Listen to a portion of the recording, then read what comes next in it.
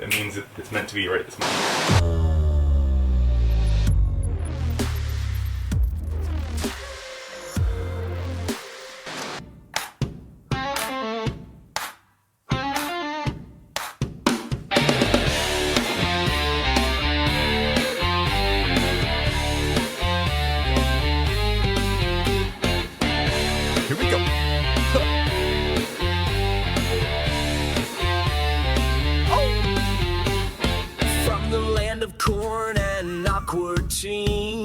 James came up with some wild dreams.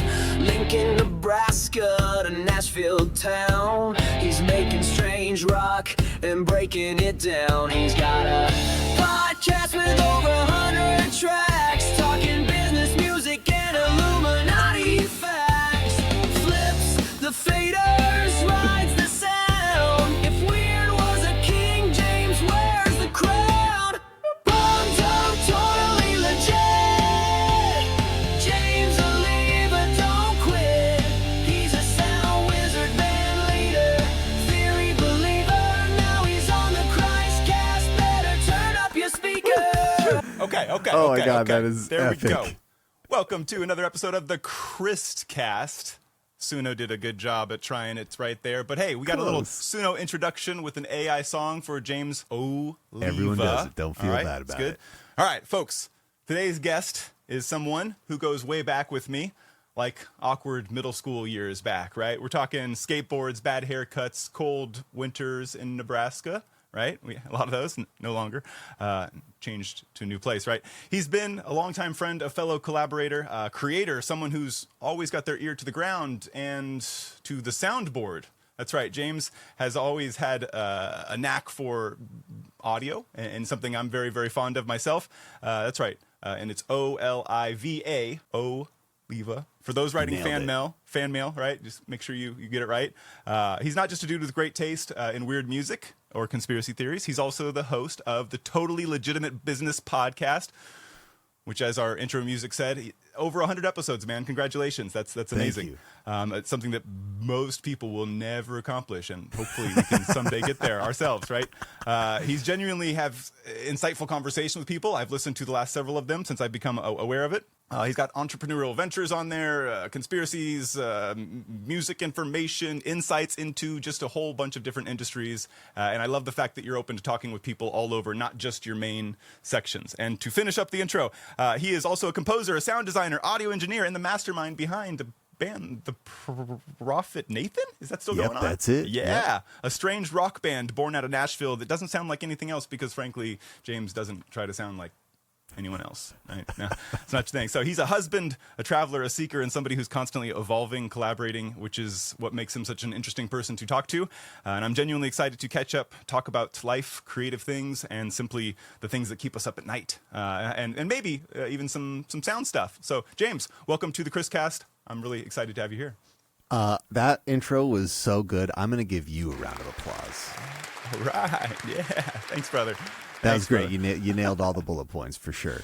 All right. It's not easy. I mean, again, when we haven't necessarily been able to catch up over the years, we've kind of disappeared amongst, but then kind of come back from time to time. I get to see you every once in a while. But just, again, what I see you doing is always seeking more information and just to have not just personal growth, but to kind of better yourself in your personal areas. And as I said before, do it in your own way. And that's what I really love about just knowing you as a person and getting to talk to you. So, I'm interested, what got you into doing podcasting and breaking yourself away from just doing music and creating music alone, right? Well, that is a great question. So I am a person of diverse interests. I've always liked and been interested by many, many things. It's what has led me into doing the things that I do. With the podcasting specifically, I would always be the person at the party who would be like over in a corner with somebody having some crazy conversation. And ultimately enough people finally told me, you should just start a podcast, that's probably the better, more appropriate space for all the conversations you're trying to have. And I also kind of have used the podcast to speak with people that I would have no other business speaking to. You know, I'm fortunate that I've spent a lot of time in audio and music, and I've met all sorts of people that do all sorts of stuff within those fields. But again, I'm a person of diverse interests, and I didn't have a reason to speak with other people that are doing things that I'm interested in. So the podcast kind of serves as the conduit. Absolutely. I mean, I can see that aspect of, you know, being a benefit of doing a podcast. It's one thing I'm always telling people is the reason I'm doing this is because I want to talk to people smarter than myself and learn things. And it's true. I thought to myself, hey, how can I get smarter if I don't, you know, if I don't talk to people smarter than myself? And for yourself, though, I know that you've always kind of, as you said, been in the music industry. You've been able to kind of meet new people, but I'm still interested. Where does the confidence come to do that? Right? Where did you just start to just think, hey, I'm able to do this, no problem? Well, generally, I just generally don't care. I do care about how other people think about what I'm doing, in the sense that I don't necessarily want to be overtly offending people. I don't want to be overtly, I want to be a welcoming kind of person. But the way I've always looked at it is like, I like what I like, and I'm going to pursue what I like. And I don't necessarily care if people don't like that, or if people would tell me, no, you can't do that. I mean, I'm kind of spiteful in the sense where if people tell me I can't or shouldn't do something, I almost then have to do it. Right. Just bring to it on. like, Bring it on, guys. yeah, exactly. You know, you said I couldn't, but I did. But I mean, you know, there's been plenty of times, even up to today, where I constantly doubt, like, what am I doing? Why am I doing this? But at a certain point, that used to cause me problems. Anymore, I just use that as like the that helps me. If I feel that way, it helps me refine what I'm trying to do with whatever it is that I'm trying to do. You know, for a long time, like when we were in school, I was in bands and I loved playing music. I've just always loved playing music. I come from kind of a musical family, and plenty of people said you shouldn't do that. And in many cases, they were right, because it's not necessarily a great industry. The people in it are pretty toxic. But I pursued it anyways, and I'm glad that I did do those the things that I did pursuing it, because I learned a ton, and it helped me refine what I'm trying to do in bigger picture with my life. And in many ways, I'm happy that I didn't ever achieve the goal of, you know, selling out a stadium. Having, you know, now worked in many aspects of the live event industry and the music industry, I see a lot of unhappiness. Like a lot of people that make it there, on the outside, you think they have it all. But then when you see them on the inside, like when you speak with them when they're not on stage, you realize that they're actually very miserable. Right. You know, right. so I don't know. It's the confidence. I wouldn't say I have more confidence than anyone. It's just I am willing to put up with really bad situations to kind of achieve whatever it is I'm trying to achieve. And by bad, I just mean uncomfortable. I'm willing to go into uncomfortable places. And Right. Oh yeah, when you say the uncomfortable places, that instantly, I always kind of love the analogy of the caterpillar going to the cocoon and turning into a butterfly, as silly as it is, Exactly. right? You Yeah. don't get to become the butterfly without that cocoon stage, and I mean, it's tough. You got to feel claustrophobic at some point, and it's not even for sure if you're going to come out alive, but then all of a sudden, poof, right? Brand new life form, new freedoms, new abilities, all these things, and that analogy is very much something that I try to keep in mind, that you don't get the good without the struggle, and the struggle isn't actually bad now, right? The struggle's good, right? Well, it's a sign. It's a sign that you're evolving. It's a sign that you're morphing. You know, So you've too used seen to the be afraid signs of that. now, right? Well, and I've seen the benefits from it. It's not to say I love being uncomfortable, because nobody likes being uncomfortable. Right. But By the definition of the word, right?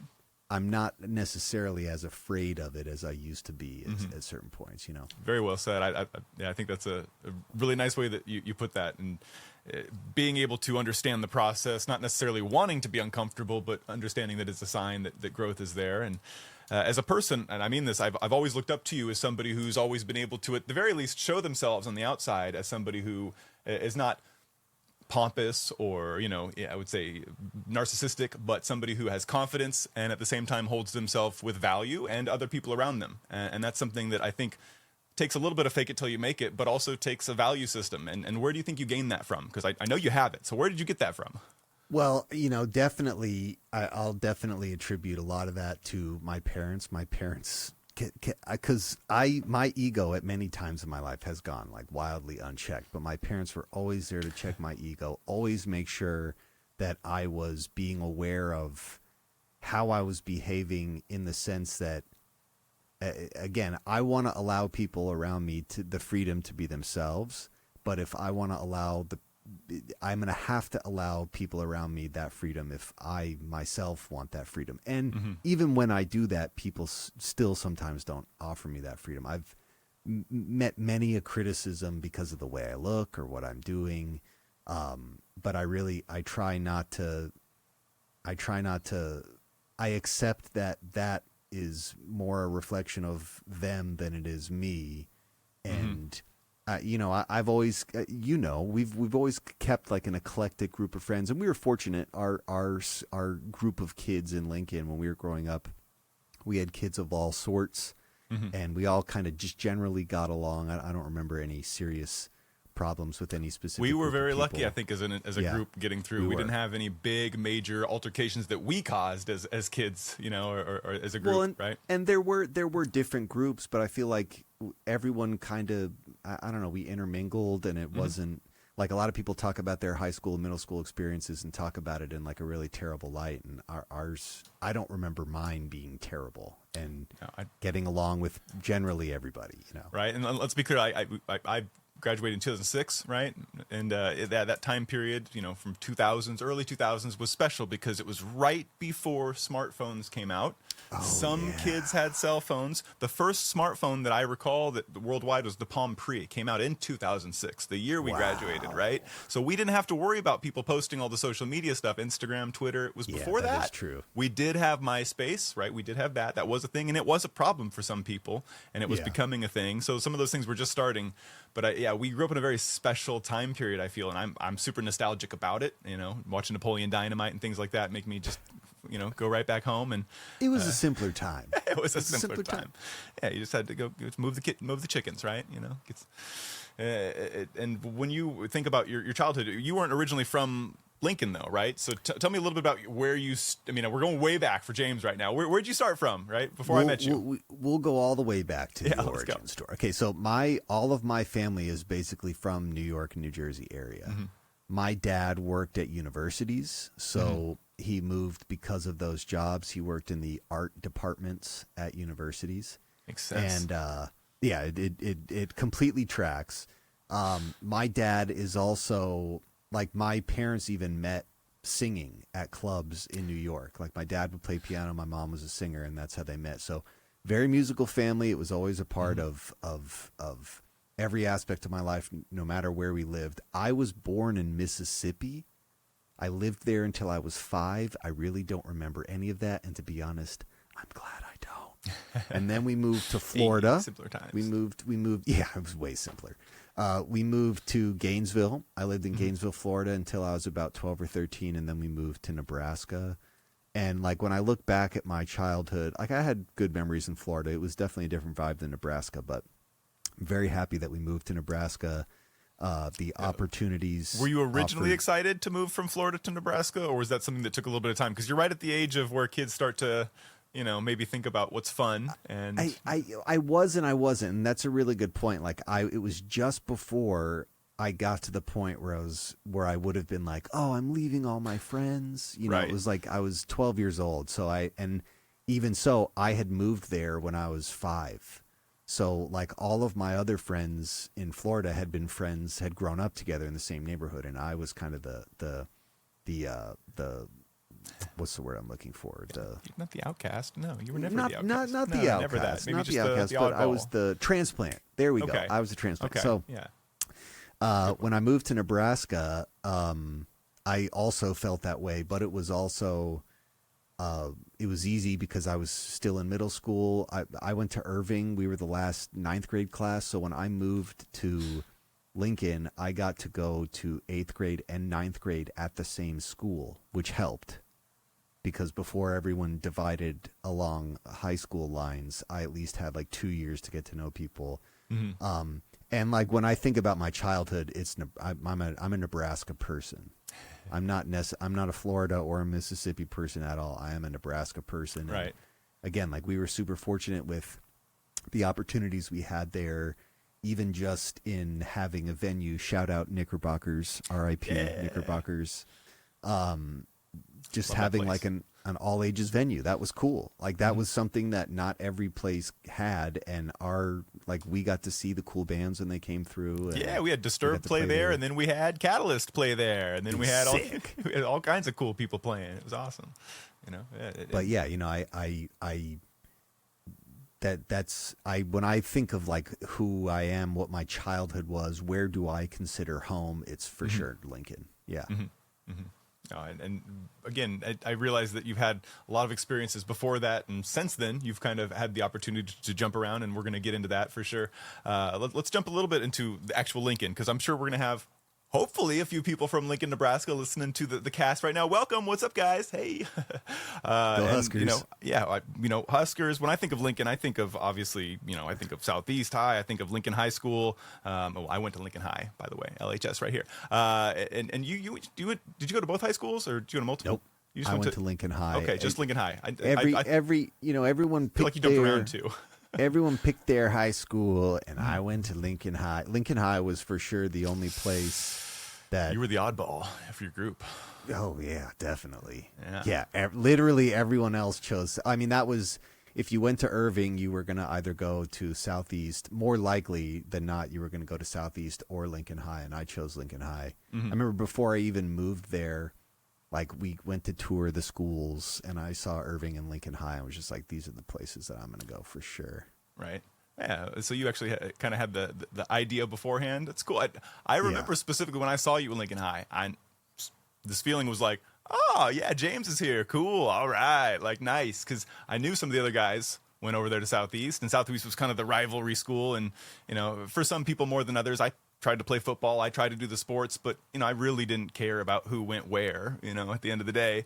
But it did have a little bit of impact on friendships, right? And, the one thing about Lincoln High, though, is we had the restaurant program. We actually had the ability to do all the cooking classes. We talked about that a little bit last time we spoke. And yeah, I actually got to do that. Whereas if I was at the other schools, you had to travel to Lincoln High to do that. But the only reason I really went there was because family. It had tradition. I had some family members who had gone there, and they said, hey, that's the place you got to go, Caleb. And so I went there, and yeah, a lot of good teachers and good moments for sure. And as we talked about, there's just some good teachers and a lot of good friends that I missed that I would love to get to talk to. So, hey, if anybody's listening, jump out. Say, hey, what's up? Yeah, come on the pod. Come on, guys. What are you doing? I'm always looking forward to get old friends in, right? Because, again, one way you learn about yourself is not just by listening to some of the smartest people in the world, right? Like I'm doing right now. But it's also being able to connect with people from the past and see how growth happens and kind of nitpick and see how they created their recipes. So for yourself, moving from Lincoln, what do you think was the biggest, most important thing? I'm going to say thing because this is a wide open. What's the biggest, most important thing that Lincoln gave you that you're using right now in your day-to-day life? Right? Oh, man. I think Lincoln really taught me the importance of relationships. I think Lincoln also really taught me which is something I didn't necessarily appreciate when I was there. It wasn't until later in life where I really understood the importance of the lessons I learned there with regards to relationships. But also, there's just like the Midwestern attitude, and this isn't even a joke. There are multiple jobs that I have got since I left Nebraska because I was from Nebraska. Like, there's been people who have seen my 402 area code on my phone number, and they're like, oh, you're from Nebraska? Well, I know that you know how to work. I know you've got a good work ethic. I'll give you a job. So definitely the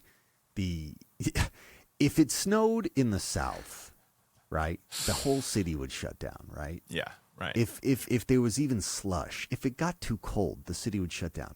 In Nebraska, we would have to shovel our driveways so that we could go to school. Right. So right. And they say, why are you late? Why are you late? Well, you didn't wake up exactly. early for that? You didn't There's salt no it the excuse. night before? Come on. You didn't get up at 4 to start doing that. Are you? And also like detasseling. I remember that's like a shared experience. Very few people can really understand. I know we both did that, and that's how I paid for my first bass amp. Right. So, right. you know, how many like, jobs do you do right now that are more difficult than that? I'm None. waiting. There isn't a single one. Right. I remember even doing that. I was like, this is hard. This Yeah. is very hard. It's But hot and we did sweaty, it. but yeah, at least it's We did simple. It's difficult but simple, right? At the end of the day, it's simple stuff. But yeah, you learn this endurance and this toughness that kind of withstands. And I agree with you. I'm going to go ahead and shout out what you said, and that is that not only have I heard people say, "Hey, you're from Nebraska, cool. I'm more excited to work with you. I feel more comfortable about you and your trustworthiness, your honesty. Not only all those things, but it has a little bit to do with." Yeah, the overall, I would say, just reputation that the people have been bringing that have kind of gone in the past. So keep it up, guys. Again, I would say I'm happy. I want everybody in the world to feel that feeling. I want everybody in the world from every state to have the pride that they have. But Nebraska, keep it up. All right. Keep it up, guys. All right, yeah. Cornhuskers don't have a whole lot, right? People make fun of us a lot at the end of the day. And I grew up born and bred in Nebraska. I didn't get to come from some other place. Most of my friends came from other places. And they would always kind of use this excuse, well, I'm not full Nebraskan, like when people would make fun of us. But at the end of the day, I understand the jokes because I think of myself as somebody now who's, you know, traveled and seen some things. And I'm very, very happy to at least come to where I've come to where I've come from at this point. But as you said, what you gained from it the most, as you said, relationship things, that's great to hear. Do you think it has to do with just Nebraska itself, the culture that was there, or do you think that you just had some certain opportunities, or life just gave you, you know, things at the right time? What do you think? I think again, it's something I didn't necessarily appreciate until I left, but like just knowing, like I still am friends with the people from Nebraska. I've moved other places, I've done other things, not necessarily friends with all of the people I met in those other places or doing those other things. Right. But the people in Nebraska, you know, I don't know. It's like they use the phrase "salt of the earth." I feel like that kind of applies. It's like there's like a genuine level of authenticity that comes, and it's also too, you know, Nebraska, Lincoln especially is like geographically isolated, and everyone like made it a point to like, okay, we don't have many things around or even nearby, so we're going to make this the best that it can be. And one of the things that I always found funny, I was never like a huge sports person. I love watching sports at the top level. I love watching championships, but I'm not necessarily following sports. And I used to think it was funny when the Huskers would be doing good. Damn, that city economy would be, the energy there would be great. When the town wasn't doing so good football wise, man, it was the total opposite. But there's like this level of camaraderie that's like, that's our school. This is our thing. Like this is something that we can all get behind. This is something we all pour our energy into, and riding the wave of success and loss. And I don't know. Again, it wasn't until I went to other places where that was completely absent where I appreciated that for what it is, and still do. You answered that like perfect as far as how I was just kind of thinking of my answer. I poorly worded what I was actually asking, and you still somehow pulled out of my brain what I was thinking. And that is exactly that. You know, the isolated part of Nebraska, the fact that it's kind of a little bit alone. There's no pro sports teams. We don't have as much concerts or with as many high profile people coming through. So because of it, we kind of find more of these internal friendships that are more important, and they become, yeah, it's very significant in your life. There's definitely tough times where people, and all of us, go up and down in situations like that. But at the end of the day, I completely do agree that this main point of being able to just find things that really mattered there that you don't necessarily see in other places that really help. Because when we go to other places, now what are we doing? We're bringing those values and those traits to these places and saying, hey guys, I think you might need some of this, right? And that's in part what the journey of the whole world has always been, right? Us bringing together things in little seeds, not just physically seeds of things that people need in certain areas, but personalities and traits and understandings. And again, you brought that with your compilation of New Jersey, New York / Gainesville coming to Nebraska. I could definitely tell you were different. I guess what I want to say that even though you're a Nebraska guy, you were definitely not the same as everyone else that was there, because most people that were there, if they had confidence, they had a little bit of arrogance, right? Yeah. And that was just kind of built into this fake it till you make it. You had to fake it real hard if you were going to do that whole thing. And to do that created this personality that, not blaming any individuals, it was the learned personality that you had to have there to have that personality. And again, I think that you edged a good line. And I think of all the people in my life who I met that kind of meant something to me, that helped guide me personally in some way, that made me want to be more like those people. Again, and I consider you as one of those people who I said, hey, I like that, right? You don't have to be this way. You can be this way, right? So I really consider those things as important. And I want anybody listening to go, okay, hey, let's think about our behaviors and our own styles. It's also too, like, there, and you find this with I find this with any town. This isn't just Lincoln, but especially there, because of how insulated that whole place was. Big fish in a small pond. Right, so I still know people, and this is no judgment toward them, that they're never going to leave that state. They're there forever. They don't like to necessarily even go on vacations. Like, people really like to some people just really like to stay there. Mm-hmm. And when you don't have an idea of what goes on around that, something that you see in Lincoln would be like, oh wow, that's big time.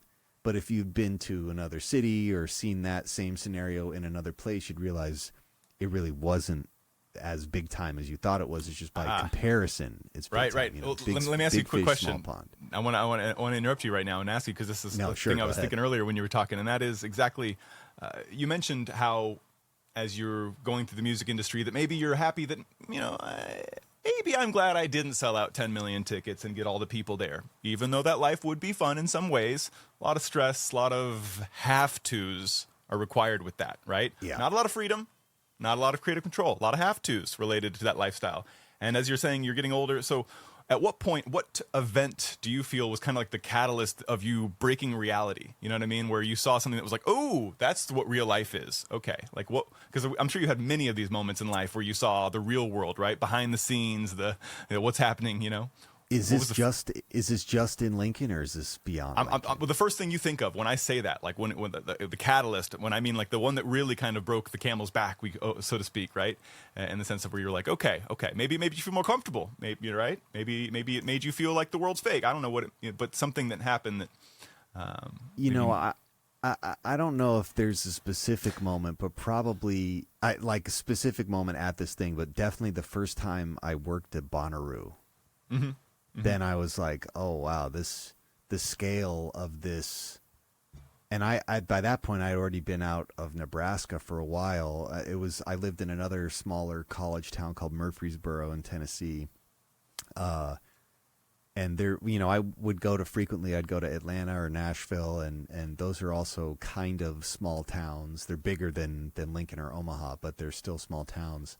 But going to Bonnaroo and seeing all those people from literally all across the world, and all of the situations where you're just walking down this muddy path and there's people that are totally covered in mud, and on the other side of the fence are like these hyper rich folks who have these crazy tour buses and bumping into artists or people that you only at that point had like seen on TV. For me, that was an eye opener, and it definitely, it was like a humbling experience in the sense that I realized that at any scale, I would see, a huge artist also sweating. Mm-hmm. Right? They were also in the field in Bonnaroo sweating. Right. And like you were saying, just because you're headlining Bonnaroo doesn't mean that's a pleasant or fun experience for you. It's kind of a have to, and there's other people's money that's involved. And that was kind of an eye-opening experience. That was like, yes, those things would be fun, but what if I didn't want to? Like, what if I was playing Bonnaroo, but I didn't want to be playing Bonnaroo? I wanted to be at home on my couch. That was Right. like a huge revelation for me, where it was like, man, maybe it is okay that I'm not. Maybe it is okay that maybe that's why this is hard, and maybe the people that get to that point are more sadistic than I am, Right. or something. Well, let me even push the alter point to you, which is that, although you understood that maybe I don't want to be this person, I feel like you probably also understood that I could be this person if I did want to be, right? Yeah, sure. Like, it's just right there. The guy's right there. I could be that dude, right? Like, again, so I feel like, because again, I know exactly how you feel. That's how I feel when I sit at plays. I see people sometimes and I go, what if I didn't want to do that, right? What if I wanted to do something different? But then I also think, well, why am I thinking these things? Why am I even discovering this thought, or having this conversation with myself in my head? It's because I'm simulating, what if I was him, right? And why am I doing that, right? Because I'm trying to imagine myself in the room as somebody, as we all do, but who are we imagining ourselves as, right? And that's kind of tells you what's that that higher self, some people call it, right? The bigger you, what is it asking for? What does it want? Well, who are you looking at yourself as? Who are you pretending to be? Whose problems are you simulating, right? And obviously they need to be your own, but that kind of gives you a hint at what you're interested in, right? And for sure, when I see people on stage, I used to do production, and I used to kind of watch guys play and do things, but I realized that what I wanted personally wasn't necessarily the fans cheering at me, because if anything, that kind of gave me anxiety. I actually really liked seeing them just kick butt on the music, right? Or on the actual instruments, right? I loved seeing guitarists play guitar and drummers just drum, right? And so it's like, man, I want to get better at playing music. Simple as that, as a person. So, when it comes to this place of music, have you gotten to a place where I guess you feel comfortable or confident? Are you growing? What are you doing with music right now? Well, I play guitar every day. Mm-hmm. That's just like a personal thing. I've been playing guitar since I was 7, and for periods of my life, I was playing it more or less. But now, the way I have structured my schedule, that is a core important thing for me. So I just always make time for that. And I started taking lessons again, ironically, with the same person that I took guitar lessons from when I lived in Florida. He now does like remote lessons. So he said something to me one time, and it was like, it hurt my brain that it took me 30 years to figure this out. But there's some things you do in your life you might not ever get better at, or you might not exceed your own expectations. But playing a musical instrument, practicing music, that is something you'll just continue to get better with. Every year that you do it, the more you do it, the better you get until you die. There's not many things in life that we can do that with. And, even like when I think downstream, the touring is a good example. Like bands that do that, that's hard. And I've met plenty of bands that I idolize that have been on the road for a long time, and they're worn. It's hard. It's hard. It's not something your body can physically do for forever. You can't be up super late doing drugs, drinking. Right. That has a shelf life. Like you cannot sustain that. But playing guitar, I can sustain that. Even if my legs give out, and even if I get arthritis in my hands, I can still play guitar. And a good example of that would be like the drummer from Def Leppard. The guy lost an arm. He lost his arm, and just give me more pedals. And give me more pedals. He figured out a way. So it's like, That's it's right. one of those things where it's like, wear your seatbelts, everybody. Wear your seatbelts. Yeah, definitely wear your your seatbelts. seatbelts. Do not drive your Ferrari super coked up.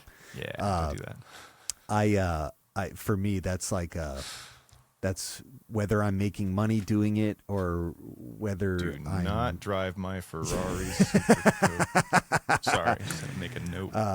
I don't know anymore. The music, for a while, spending all the time I did in Nashville, it was more like studio world. When I moved up here, it was more like live event world. But the more time I spent in those worlds and seeing the misery that even the people who I on the outside would think, man, that person has it all.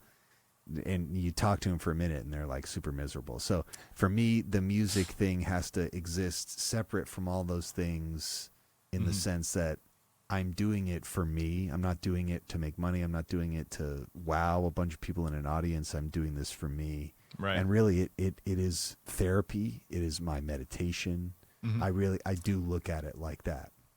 Absolutely. I've always thought of and keep continuing to tell people, as I've heard many other people say, that music is just a communication tool, right? It's another extension of our, not just voice, but the way that we speak our feelings, which we can't say with words often, right? But we can play that sound, ooh, that's exactly how I feel, right? But I can't tell you that. But that sound all of a sudden somehow matches the feeling that I'm trying to actually provide, right? And there's that reverberation, that resonation that we feel, or the resonant feeling that we have. I guess I should say resonation is the wrong word. And when I sit there and think about, you doing these things, great, personal is great. But do you have any desire to tour? Is there something, do you have desire to get music out there to speak to people, for example? Because as an artist, we do the personal thing, but we also sometimes have a message we need to get out. But that's not always there. Do you feel that?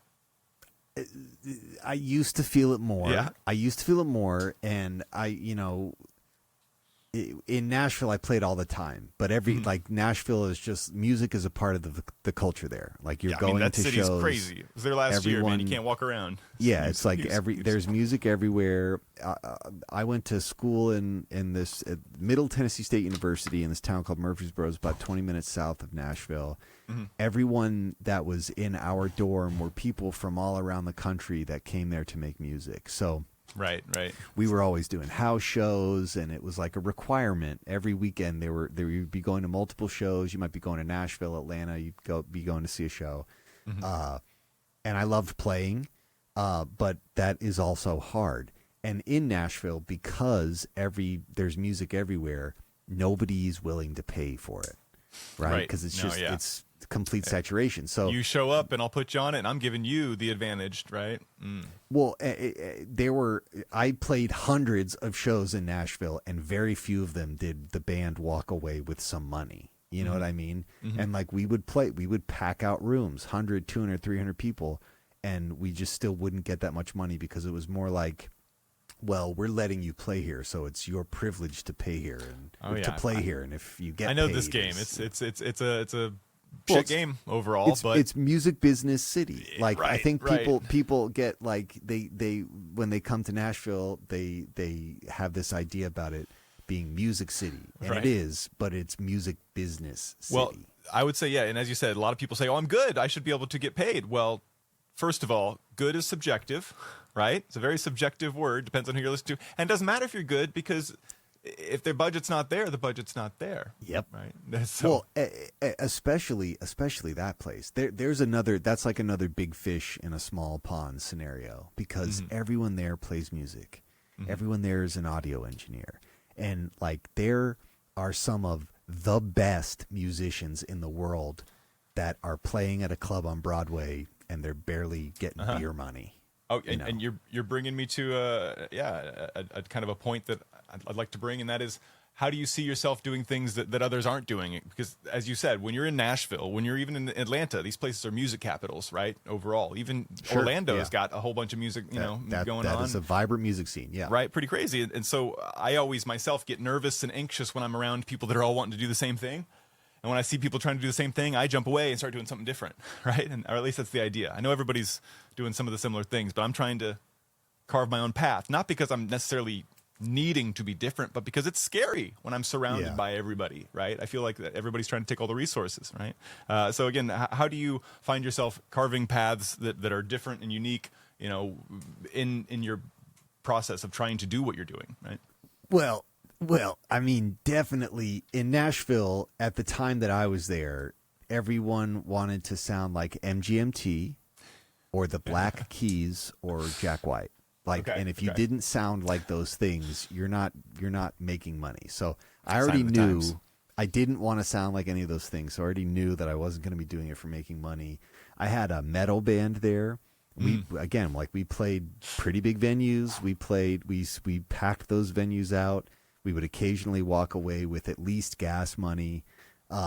But I'm kind of the same way. Like when I'm in a place and I see a bunch of people behaving a certain way, I just immediately makes me want to do something the complete opposite. Even the Prophet Nathan, like that band is a rock band, but it's not the White Stripes. It's not the Black Keys. And we would have good crowds. We played a ton of shows, but I accepted that what I was into, and this was kind of like, I accepted this earlier in my life. I'm into niche stuff, right? So I don't necessarily think that anything I'm doing is going to have mass appeal, because that's not what I'm catering to. That's not the media I like. It's not the music I listen to. It's not the art that I support. So I already know that whoever I'm catering this to is going to be niche. And at that time in Nashville, it was incredibly niche. It was just starting to open up a bit before I moved to New York.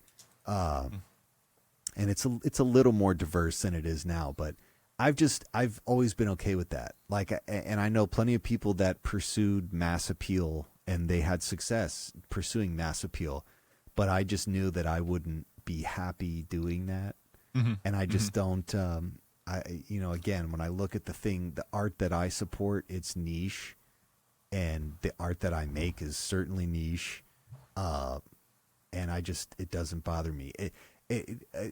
Again, this was a hard thing, because like people in Nashville especially would always be like, you can cater this, we can change this a little bit and it can be marketable, but that's because it's music business city. Like people really, a lot of musicians go there, they're not worried about art. They're worried about, what can I get sync license with? How can I write a song that can be used in a TV show? How can I write a song that could chart on a chart somewhere? So I don't know. Those were never the things that I was into. And I always kind of just doubled down on, if I'm going to do what I'm going to do, I'm just going to make it unique. It's going to be unique.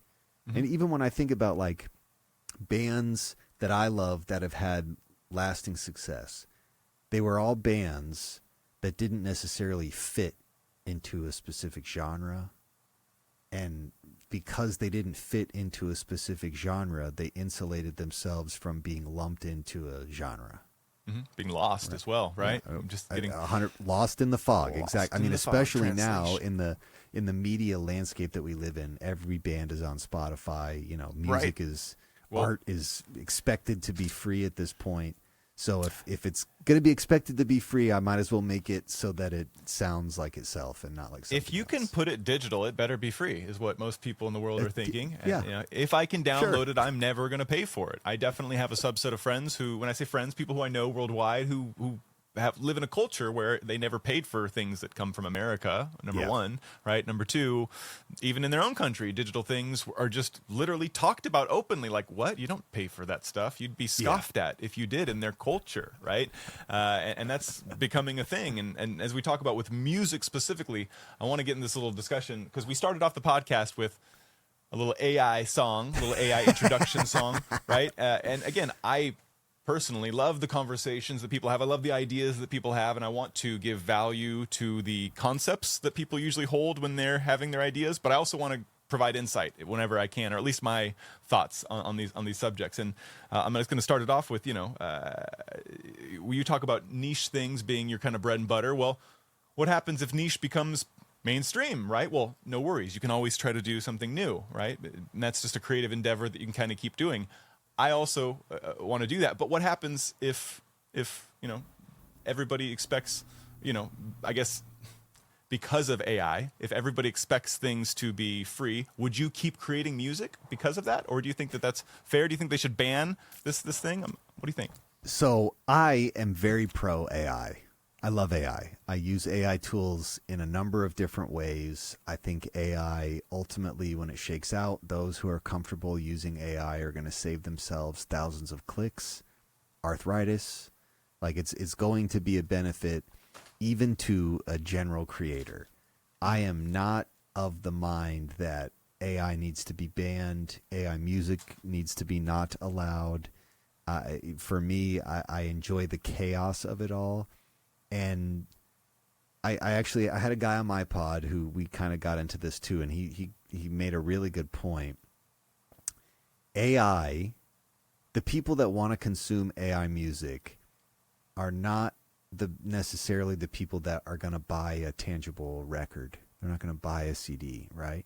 Mm-hmm. So if you know that you're catering to that audience, then that's fine. If it's never going to threaten art. Humans are going to want to consume art made by humans, just like we've always done forever. Mm-hmm. It's never gonna make that go away. AI stuff might become so mainstream that is the mainstream, and to me that is like the natural evolution of the industry. In the same way that, you know, the top 20 artists can kind of dominate a chart. Mm-hmm. And dominate record sales and dominate concert ticket sales. And and it's at that point, it's not really an individual, right? It's a conglomerate of sorts. It's a whole, you hit the nail on the head. It's a whole industry, right? Mm-hmm. Person like Drake, person like Taylor Swift, it's not just them anymore. There's an entire ecosystem that depends on them making money. It's not continually. Continually, right? Whether they want to keep coming up with creative ideas or not, or whether they can. And, you know, are the movie studios going to use AI and are writers going to lose their jobs? Yeah. Does that mean good movies won't be made? No. Are people going to use AI to aid them in songwriting? Yes. Does that mean good music won't be made? No. You know, so I don't know. It doesn't threaten me. It doesn't scare me. And I love that song. And that was pretty good. I mean, I've played with some AI music tools, but that was pretty friggin' solid. Yeah, not bad. And again, to your point, when you talk about niche things, we talk about things that not a lot of people are doing at the time. And I have to say, well, for me, I think playing with and using AI tools with music and with real, you know, playing and real vocals and merging those things together is a lot of fun. I do that quite a bit, actually. One of my favorite things to do is using AI as an assistant, because again, I can't do everything in the music world. I'm not able to play all the backups, but I can hum it and I can think it. And if I can hum it, think it, and write it, I can start to compose things that I could never compose by myself. And I could certainly also just go, hey, please write me a song. And it makes a song. And I could be one of those people, which there's many of them, that say, hey, look, everyone, I made this song. When you had really zero input to do with it. Again, and there's some people who have a lot more. So go ahead. To be fair, that already exists. Oh yeah, like there's plenty of people. There's plenty of people who get songwriting credit. They were just physically in the room when it was written. They didn't contribute at all to it. People will just be in the room.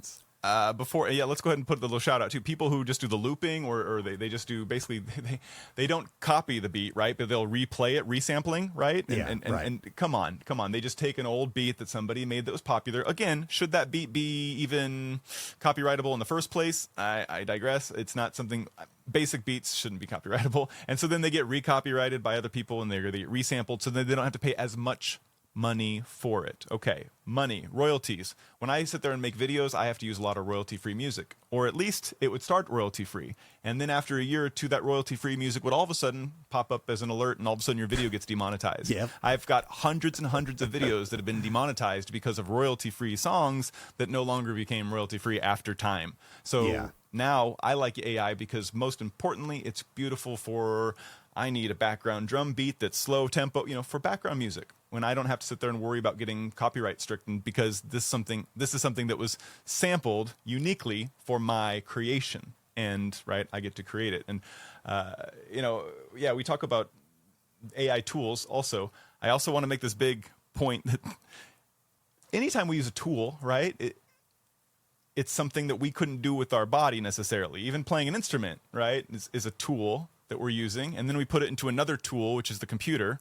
And the difference between editing software 10 years ago to right now is, there's a lot of differences, but even so, I would beg to differ that we've had a lot of computer enhanced stuff to the point to where it already became no longer normal music, a long time ago. This isn't anything new. So last thing I'm going to say here before I'm going to let you jump back in. My first question to people when we jump in this AI debate is, are you human or are you a person? Are you human or are you a person? That's a really good question. Right? I hope he answers it as he's a person. Okay.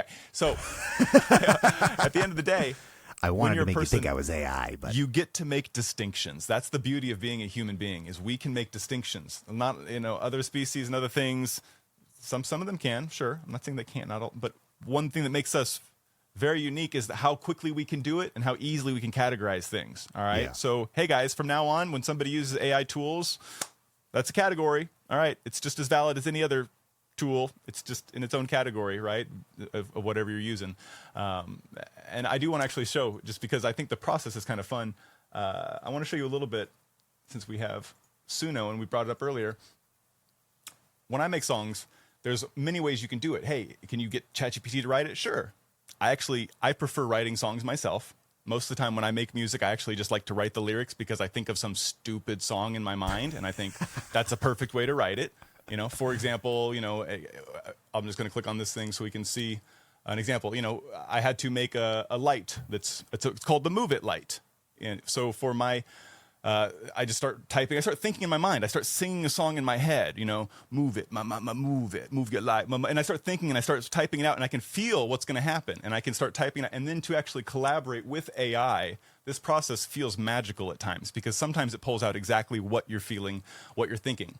Also, and just since we're doing visuals, I want to say, let's do one where it's kind of interesting. So what I'll do is you can actually sing to the music. So you can actually take a song, sing to it, and it'll take what you do and it'll turn it into something else, right? So let's just take... And here we are. Okay, so jumping into Suno real quick, I just want to show you what's going to happen is that not only can you, as we were just showing, make the songs where you type out some lyrics for it, but you can actually just sing stuff. So sometimes I'll get a product, for example, that I have to review, and I will look at the product and I will think of some silly jingle, and I'll just start recording with my cell phone, and I will record it with my cell phone and say, hey, make a cover. And for example, it might sound something like, we got those hot air balloon lights. Yeah, those hot air balloon lights. Beautiful. They get tangled up sometimes, but if you can untangle them, they're pretty still cool. They don't make very much sound, but they are hot air balloon lights. okay, so that'll turn into... We got those hot air balloon lights. Yeah, those hot air balloon lights. They get tangled up sometimes, but if you can untangle them, they're pretty still cool. They don't make very much sound, but they are hot air balloon lights. Yeah, you can put them outside. Okay, that's my point. That's genius. Right? So that's kind of the process right there. So, I would beg to differ that although that is not traditional music, right, in any way, shape, or form, that process is something that I find extremely gratifying and fun. Yeah, sure. Right? It's just fun. It's fun to do. Well, AI is definitely a tool that breeds creativity. Like my cousin does music stuff. He doesn't necessarily love singing. And like the last round of stuff that he's done is he's played all the music, but then he'll train an AI to sing the lyrics. Ooh. And it's nowhere near as good as a human. And even he knows that. But it's like allowed him to look at his songs differently, even like take the listener perspective and produce the songs slightly differently, having heard a female vocalist or someone who a male vocalist singing in a different range than his. So I just, again, it is a tool. There was when AI was first starting to get out of hand, I had a buddy on and we just wanted to like conduct a test. And I asked ChatGPT to generate a commercial about a toothpaste that was made from dog poop. Of course. And it was like, yeah. It spit out ideas. And then from those ideas, we fed that into an image generator. Oh, no. And that generated images. And then I took those images and I fed it into an AI animator that would take a still image and turn it into an animation. And what we ended up making was essentially a completely AI'd like commercial for toothpaste that was made out of dog poop. It was hilarious. It was super fun. It served no purpose.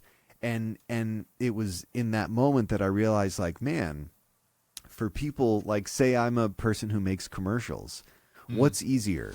Me having AI simply crudely assemble my idea into a pitch for an ad, or spending thousands of dollars to create an ad to pitch to a company, whether or not they decide to go with that ad or not. Right. I can do this in 24 hours. That process would take weeks. Mm-hmm. So I just look at it as like there's no way anyone that actually earnestly plays with AI, you cannot say that it doesn't inspire your own creativity to be more creative or to look at things differently. I don't know. And you brought up a good point too, music. We don't listen to records without auto-tune anymore. We don't listen to records that haven't been produced or at least digitized. Mm-hmm. Like if you listen to records from the 50s, they sound like trash. People are singing out of tune. Instruments are out of tune. They're not on the beat. There's It's not rough. No instrumentalist is going to be perfect all the time. Yeah, some of them are doesn't amazing. happen. Some of them are amazing, But they're not robots. But they're not robots, right? Yeah. And I think to be splitting hairs over AI music, but then listening to a record that was produced within the past 20 years and not saying the same thing is duplicitous.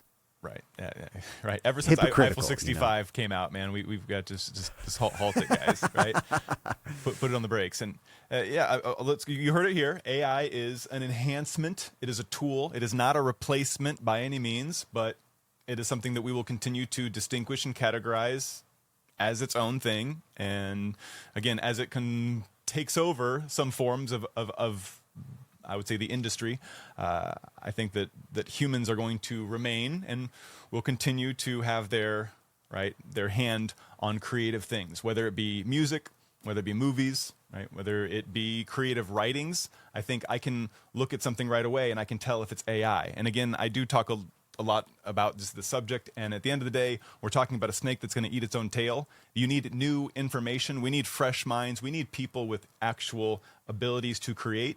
AGI, the idea of augmented artificial general intelligence, which is something that we're chasing. Some people call it something different, but at this point in time, we're going to keep the basic name. This idea that AI can think for itself, the philosophy isn't even sound. We're not 100% sure if it can. We're not. And then even if it could, how much computational power would you need? Yeah. Fusion level, right? As far as little personal reactors. Otherwise, you're going to ask it a question, how often? Every year?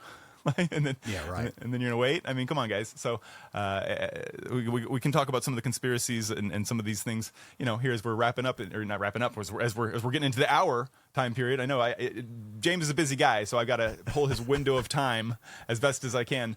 But yeah. So when you think about AI, since we're on that topic, before we kind of jump too crazy or even jump away from life too much, I do want to ask you, where do you think it's all coming from?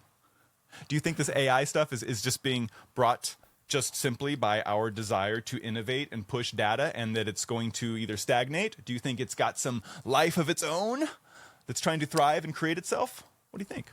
Well, I mean, I would say that by the general definition of AI, as in something that pulls from an LLM, it's not doing it on its own, right? Like, and that's the meta conversation I've had with artists and creatives, my friends who are like afraid of it. It's like, it's pulling from a data set that humans created, right? It's not necessarily to the point that you're talking about with AGI. Like, it's not coming up with this on its own yet. Yeah, there's no new ideas popping out at this moment in time. It's all based off of stuff that humans created and were fed specifically into this LLM. So,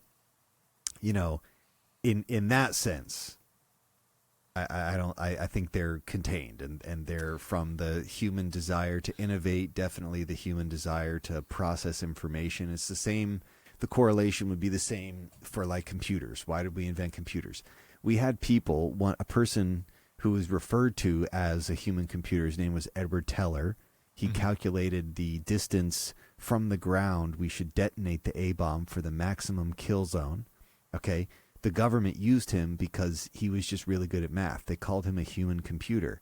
When computers came along, they didn't need Edward Teller anymore, right? So, and I don't think anyone's going to argue that we shouldn't be using computers because of all the the speed at which we can process information, the speed at which we can transmit information, all the benefits that technologies add to our lives. No one is asking that we get rid of those. So I feel like we're in that same kind of uncomfortable zone. Now, here's my thought about it. Would it make sense?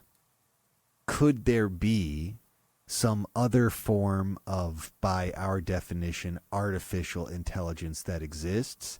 And I think an argument could be made into like even just like the structure of the universe, right? It's this ever expansive thing. It's occurring at levels and time spans and scales that humans can't even think of.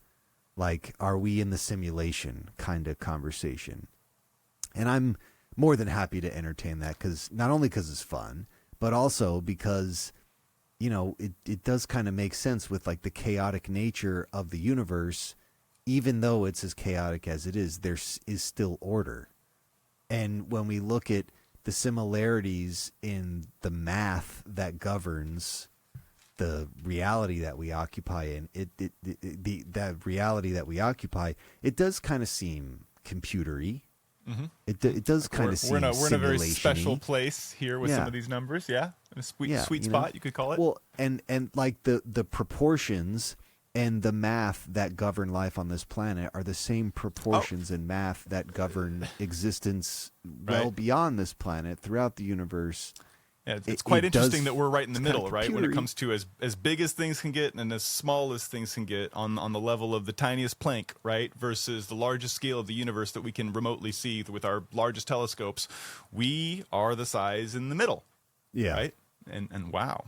How interesting, right? And that's not just some random thought. There's math behind that. There's actual. It's interesting. Right. And again, like there's enough math there and enough consistency there that you have to at least entertain that idea. It's silly not to entertain. And so, that idea. as you say, I will entertain that idea all day. You know, I grew up in. I can say it many times. I grew up in half the family that kind of didn't really have much belief system, and I grew up in half the family that had like a Christian belief system, right? And really, I was pretty much allowed to figure things out. Explore. I got to go through classes, and I went to churches, and I went to camps, and I got to do things that people said, "Hey, do your own thing, figure stuff out, question things," right? And I did. And I went from hardcore belief to questioning everything, to not believing anything. I jumped around a little bit. And now, of course, I do have I feel like a structure of beliefs that coincides with a lot of the things that I see.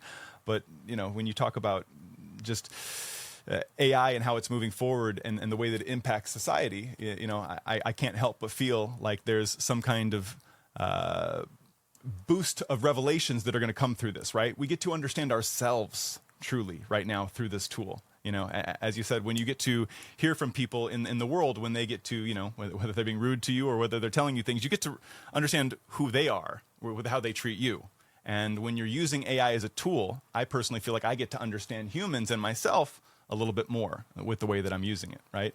And I think that, you know, maybe that's something that, you know, some people could say it's supernatural. At the same time, you know, we are the ones building it, but we don't always know what we're doing when we build these things. That's the fun part, right? Sometimes people put the code together and it does things, and they're like, I'm not really sure why it does that. It's doing right? that, yeah. Right? It's a noise it's a noise ratio is what it's creating in there, and it's seeing how correct it can be. And when it comes to overall, is there anything that you're worried about, or are you just kind of excited about this tech stuff?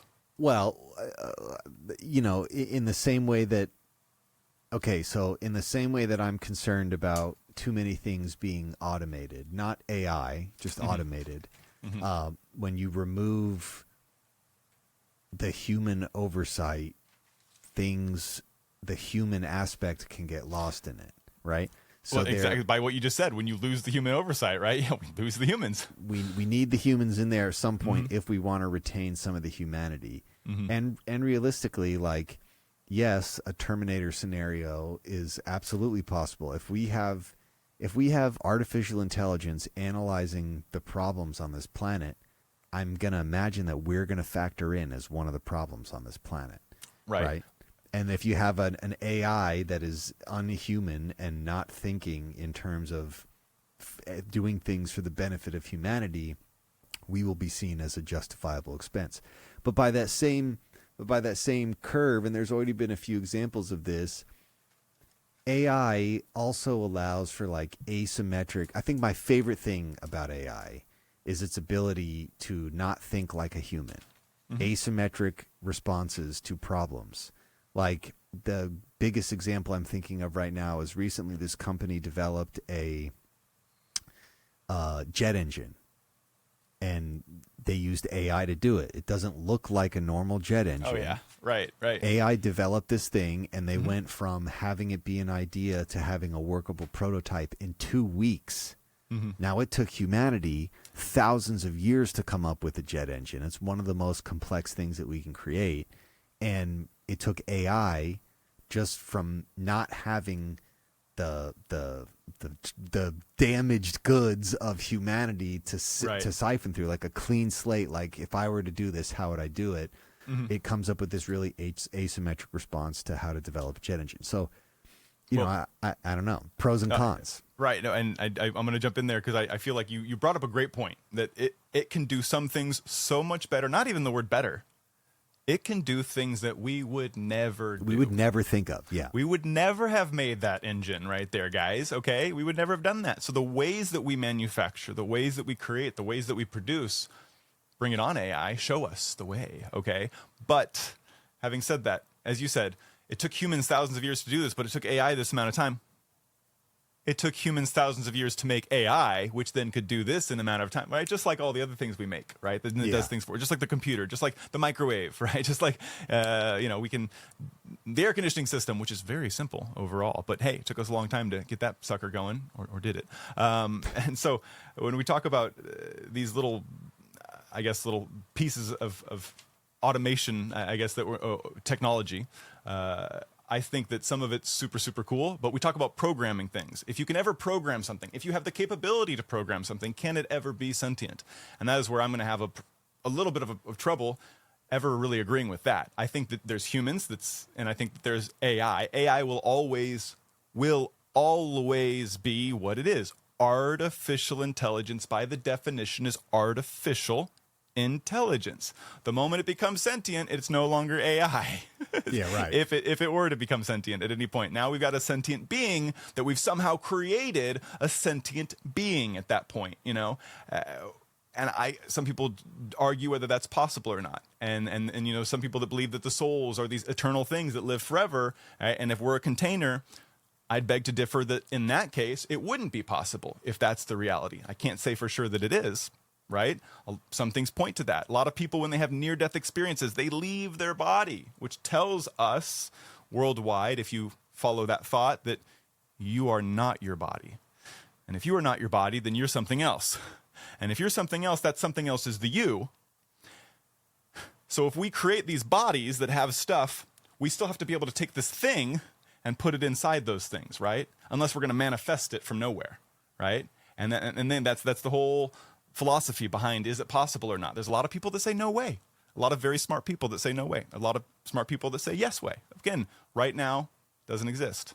So again, I'm not to grandstand and take over. I would go ahead and say that just as much as we can program robots right now, humans themselves are super programmable. Right? Oh yeah. Right. Yeah. So in that case, but I want to go back to something you said a long time ago, too, when you talked about Teller. You know, Teller was the human computer. And, you know, hey, the moment we got the computer that could do everything, we didn't need him as much. You're right, completely, as to what you were saying. We didn't need him for his computer skills, but we did need him for his creative mind and the way to how to use the computer, because the computer's just a tool, right? It can sit there all day and do nothing. You can play video games on a computer and learn nothing most of your life.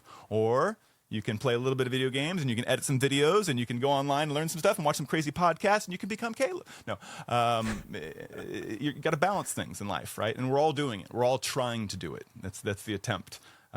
So yeah, not to get stuck on this. I think of things sometimes as like The Hitchhiker's Guide to the Galaxy. Did you ever read that book series? Oh yeah, love that. Yeah, and the movies. Right? Okay, the movies, the books here. I think there's like 7 books total or something. Did you get through all of them? Or no, just the first few. At one point when I was on a family vacation, I kind of read through these suckers, and a lot of it I don't agree with, in the sense of even the writer. We have different opinions in the world, very different opinions. But a lot of the things he wrote about, right? The kind of the thought process there, you know, hey, we're talking about the book, you know, just for anybody who's listening, you know, at the beginning of the book, they're trying to build a bypass through this guy's house, right? And then he goes from having this situation to them wanting to, then it goes to a big level to they find out that the earth is actually in the way and they're trying to build a bypass through earth, right? And that it needs to be moved as well. And then it kind of goes on to this whole revelation that he's not alone, that there's actually these other aliens out there. There's this whole other life going on.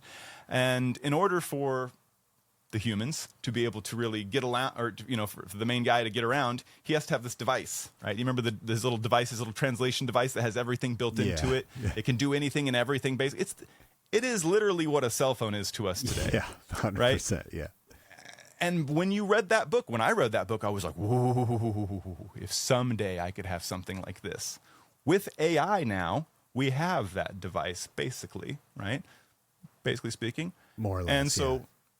I'm just going to go ahead and say, let's set the stage. If we were supposed to have some other, right, people like Congress, they're talking about other alien beings and other things that exist in the world around us and how we're not alone, other NHI exist. If that's possible, we're going to need some way to communicate and understand things, right? We're going to need some tool that can do that, that can decipher information. Well, I'm most excited about AI for this crazy reason, right? What do you think? Have you thought about that at all, or is that not something that you think too much about? Well, I've got a bunch of thoughts about that. So, I was thinking you would. The first one is I feel like I've been having this conversation with a number of people, so which is why I want to bring it up recently. This is something I think about a lot. So, at some point, there wasn't science fiction books, right? And then at some point, people start writing what now is called science fiction. And kids read those books, and they grew up to be engineers and mathematicians. And a lot of the stuff, that technology that we see, if you really traced it back to the engineers that created it, many of those engineers would share a story about, hey, when I was a kid, I read this book, and they had this thing in it, and I always hoped that I would be able to see it in my lifetime, and then it just so happens that here I am developed. Like iPhone would be a good example. If we spoke to the engineers, I guarantee you some of those engineers were inspired by books and magazines and sci-fi that they read as a kid. Same thing with computer engineers. There's so many like self-fulfilling prophecy aspects to the technology that we see and use every day, that there's a part of me that's like, well, because it's been thought, like because we're having this conversation right now, we can accept that this isn't the first time it's been thought. And if it's not the first time it's been thought, there's probably someone in the world who's trying to build that thing because they heard that thought somewhere else. Oh yeah. So like that I will get stuck on that for days at a time. Sometimes just like thinking about it. Right. Well, it's like, you know, and like which came first? Like, was the thing always going to be created, or did the idea need to exist there to inspire the person to create the thing? Right, right. Know, I don't know. I think this is a relationship. I'm going to go ahead and I'm going to say my opinion is, after thinking about this, and I could be very wrong, but it's a balance, because I like the word balance, and it's something I try to always think about myself, because we need to have it. Cannot be happy all the time. You got to balance life with what you do. Got to work hard. You got to relax. Okay. But in general, when I think about what is it like? Is it all coming from the ether? Is it just this download that we're all getting, right, from some other place, from our higher selves, you could say? Or if we're all one, right, that the pool, right, the ocean, so to speak, where we're all originate from, the origin, is it feeding a signal out there and we're all feeling it? Or is it a mixture of there's stuff that needs to get done to create the purpose of things? And when I say the purpose of things, to experience all that's possible, to see the possibilities. We can already see the earth is constantly, every year we see a new thing, a new possibility, right? Life is constantly trying to figure out the possibilities. I think we can agree with that much, right? And one of my, at least, thoughts is that the purpose of life is to find out what's possible and how it's possible, right? What's that mean? It's very open, right? And so what's life constantly doing? It's expanding. And not only that, but people are doing more and more things, and we're growing and growing. Okay. So again, what I would like to say is that I think that there's just this deep, I don't know, thing that's going on when I talk about like the ether that's pushing us.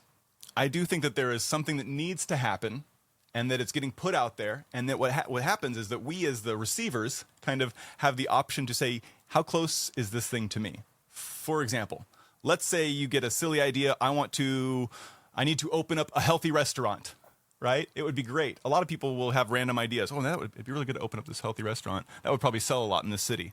Okay. If you have no extra money in the bank right now, and you know nobody who's ever opened up a restaurant and you don't even know how to cook, you're going to have that thought, and you're going to think that's a good idea. Not for me. Bye. Yeah. And you're going to keep on walking through your day, right? But there's some guy out there who's got $15,000 sitting in the bank, and he's got a friend who opened up a restaurant before who he can talk to, right? And he's got this idea of this recipe thing that he's been thinking about for a few years. And this guy's also going to have the thought. And what I think is, yeah, we do kind of have this wave of things that kind of flows through. And then later on, a couple weeks later, you're going to see that guy, and you're going to say, man, he just opened up a restaurant. I was thinking of doing that too, but he did it. Dang, right? No, not dang. Not dang. Yeah, somebody did it, right? Because you didn't do it, right? So again, and that could be fake, but we see this happen all the time. And the word that you maybe were describing to me that I heard was synchronicity, right? These synchronicities happen in life all the time. Carl Jung wrote a book about it, and it just talks about these moments in life that are overwhelmingly odd, right? I mean, a synchronicity for me is having the moment to talk to you and saying, "Oh, James is doing a podcast. Wait a second. You know, this is pretty cool. This is interesting. This makes me feel like, you know, there's more things are aligned than not, right? And that's not it's not a great example. There's many other better ones in life. But I can tell you right now, musicians you've wanted to work with, and all of a sudden, they're right there. Yeah, right? You know, and I everyone has those moments, and you know, Jung wrote about it, and Nietzsche wrote about it, and kind of also shits on the idea pretty hard, but like. For people that take it too seriously, there's too. Yeah. If you go too far, come on, guys. You can. Everything is for me. Narcissistic people, stop it. People can relate to those moments, and I definitely feel like that's also something I've spent a lot of time thinking about too. Like those moments of my life, was it synchronistic? Did I notice it because I had pre-thought about it? Like if I hadn't pre-thought about it, would that thing still have happened? And would I have noticed it because I hadn't pre-thought about it? Mm-hmm. Or would this thing be significant if I hadn't already thought about it, even though it's like a chance meeting with somebody or an opportunity that arises? Would that still have happened had I not thought about it? Now you're getting crazy now. It's heady, right? And I don't know if there's necessarily an answer to it, but I do. There was a point where I absolutely was like a little narcissistic about it. Mm-hmm. And then there was a point in my life where I was completely anti that idea. And now I feel like I'm somewhere in the middle where I'm okay with things happening however they happen. It just so happens that sometimes there's still synchronicities. Like definitely when I decide to pursue something, I accept that I'm now putting more thought energy into this. Mm-hmm. And I'm taking more notice of things, and because I am physically telling people I am trying to pursue this, things will happen because people will hear that I'm trying to pursue that, and then somebody will be, you need to go talk to this person or this and that. I don't know. I don't think we talked about this on the other podcast, but I'm a Freemason, and in my process of becoming a Freemason, there were a ton of moments like that, and I thought about it a lot. You gotta meet him on the floor. Okay, sorry. It was really weird. Like I was getting a tattoo. I'd been like looking into masonry for a while. I was getting a tattoo, and I was talking to my tattoo artist, and I was like, so I was thinking about becoming a Mason. And my tattoo artist stops, and he goes, "I'm a Mason." Random as shit. Oh yeah. And weird. And you know, there were many parts about my pursuing that path where as soon as I would like say it or speak it into existence, or at a bare minimum ruminate on it for a while, the door would open. And there's like a this is relevant to masonry, but relevant beyond masonry. Knock, and it shall be opened unto you, right? This passage from the Bible. Yeah, Seek and ye right. shall find, kind of thing. Absolutely. And I've found, I feel like it's a balance of those two things. If you're not thinking about it, if you're not pursuing it, the opportunities might still be there, but you're not aware of the opportunities presenting themselves because you haven't thought about it. Right. If you do you're think not, you're about unable it, to see them, right? You haven't put them on they're the not radar. relevant, right? They're not Yeah. relevant to you. They're not what you're not even looking for that kind of opportunity. But as soon as you start looking for that opportunity, it's usually short order that an opportunity or an opportunity for further learning or exploring that path emerges. So I don't know. And then you get it, that kind of gets into like am I willing this into existence? And I don't necessarily believe that we have that kind of ability. But Well, saying that, my wife has an insane ability to will shit into existence. It's crazy. Okay. Right. There, like, I've even been doing this thing recently where like some trivial dumb thing will be happening to me. Okay. The subway is late. There's traffic. As soon as I tell her I'm annoyed that there's traffic or that the subway is late, boom, train shows up. Traffic clears. Whatever trivial problem Weird, that I huh? was dealing with, as soon as I text it to my wife, it disappears. And she's All also, right. She's a person who, but again, like saying somebody has the ability to will shit into existence doesn't necessarily give credit to the hard work that they might put into pursuing something. Like even becoming a Mason, that was work. I had to do a lot of work. I had to do a lot of my own research. That was a whole process. It wasn't just I wanted to become one, then I became one. Yeah. My wife loves fashion. She wanted to work at Vogue, and now she works at Vogue. But that was like 6 years of grinding at terrible jobs Right. to get into the position to where she could, and a job opening occurring to where she could work there. So I don't know. I've definitely spent a lot of time thinking about that, though. It is at what level do we interact with that? Or is it just something that we're noticing happening as it's happening? I don't know.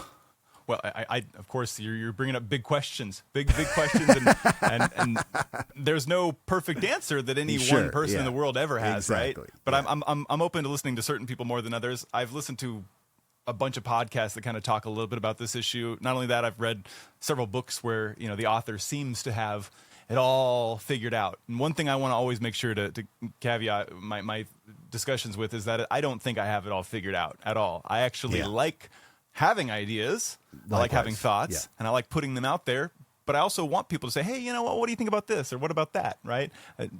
That's part of that discussion. And when you say continue to learn, when you say that you're not all sure about this, what I'd like to do, I'm going to tell you straight up, what I'd like to do is push you a little bit more further in the direction of that we have a little bit more control than maybe people are originally told. And I liked this quote that I heard quite a long time ago, and that was, props to whoever said it, which that is, if you understood how important, how impactful your thoughts are, you would never have a negative thought again. Right? Because, whoa. Negative thoughts, they do something, right? Positive thoughts, they do something. I wake up every day and I say I want to have a good day. Doesn't mean every day is going to be a good day, but it means that I want to have a good day, and I'm going to choose to have a good day. And if somebody walks up to me and says, "Caleb, you suck," I'm going to say, again, sorry about that. I hope you have a great day, because I'm trying to do what I'm trying to do. I have a purpose. My intention is going to drive my day, right? And my intention turns to action. The actions are the hard work, right? But the intention is always going to have to be, what am I focused on? And that's where I try to always, if I can teach anybody anything, it's just to focus on what you want, not what you don't want. Because we have a lot of people focusing on, I hope this doesn't happen. I hope this doesn't happen. Guess what's going to happen? That exact thing. The thing you don't want, right? I was really good at doing that. I found out, I actually felt this, like I'm really good at making the things I don't want to have happen. And I had to truly think legitimately, 2 + 2 is 4. Why am I doing it? How is this possible? Well, those are the things that you fear the most, that you think about, Caleb, that you overthink about. They happen. What happens if I focus on the things I do want? And I started to see the reality of that. And as you mentioned, your wife is able to somewhat, think things into existence. Look it up, everybody.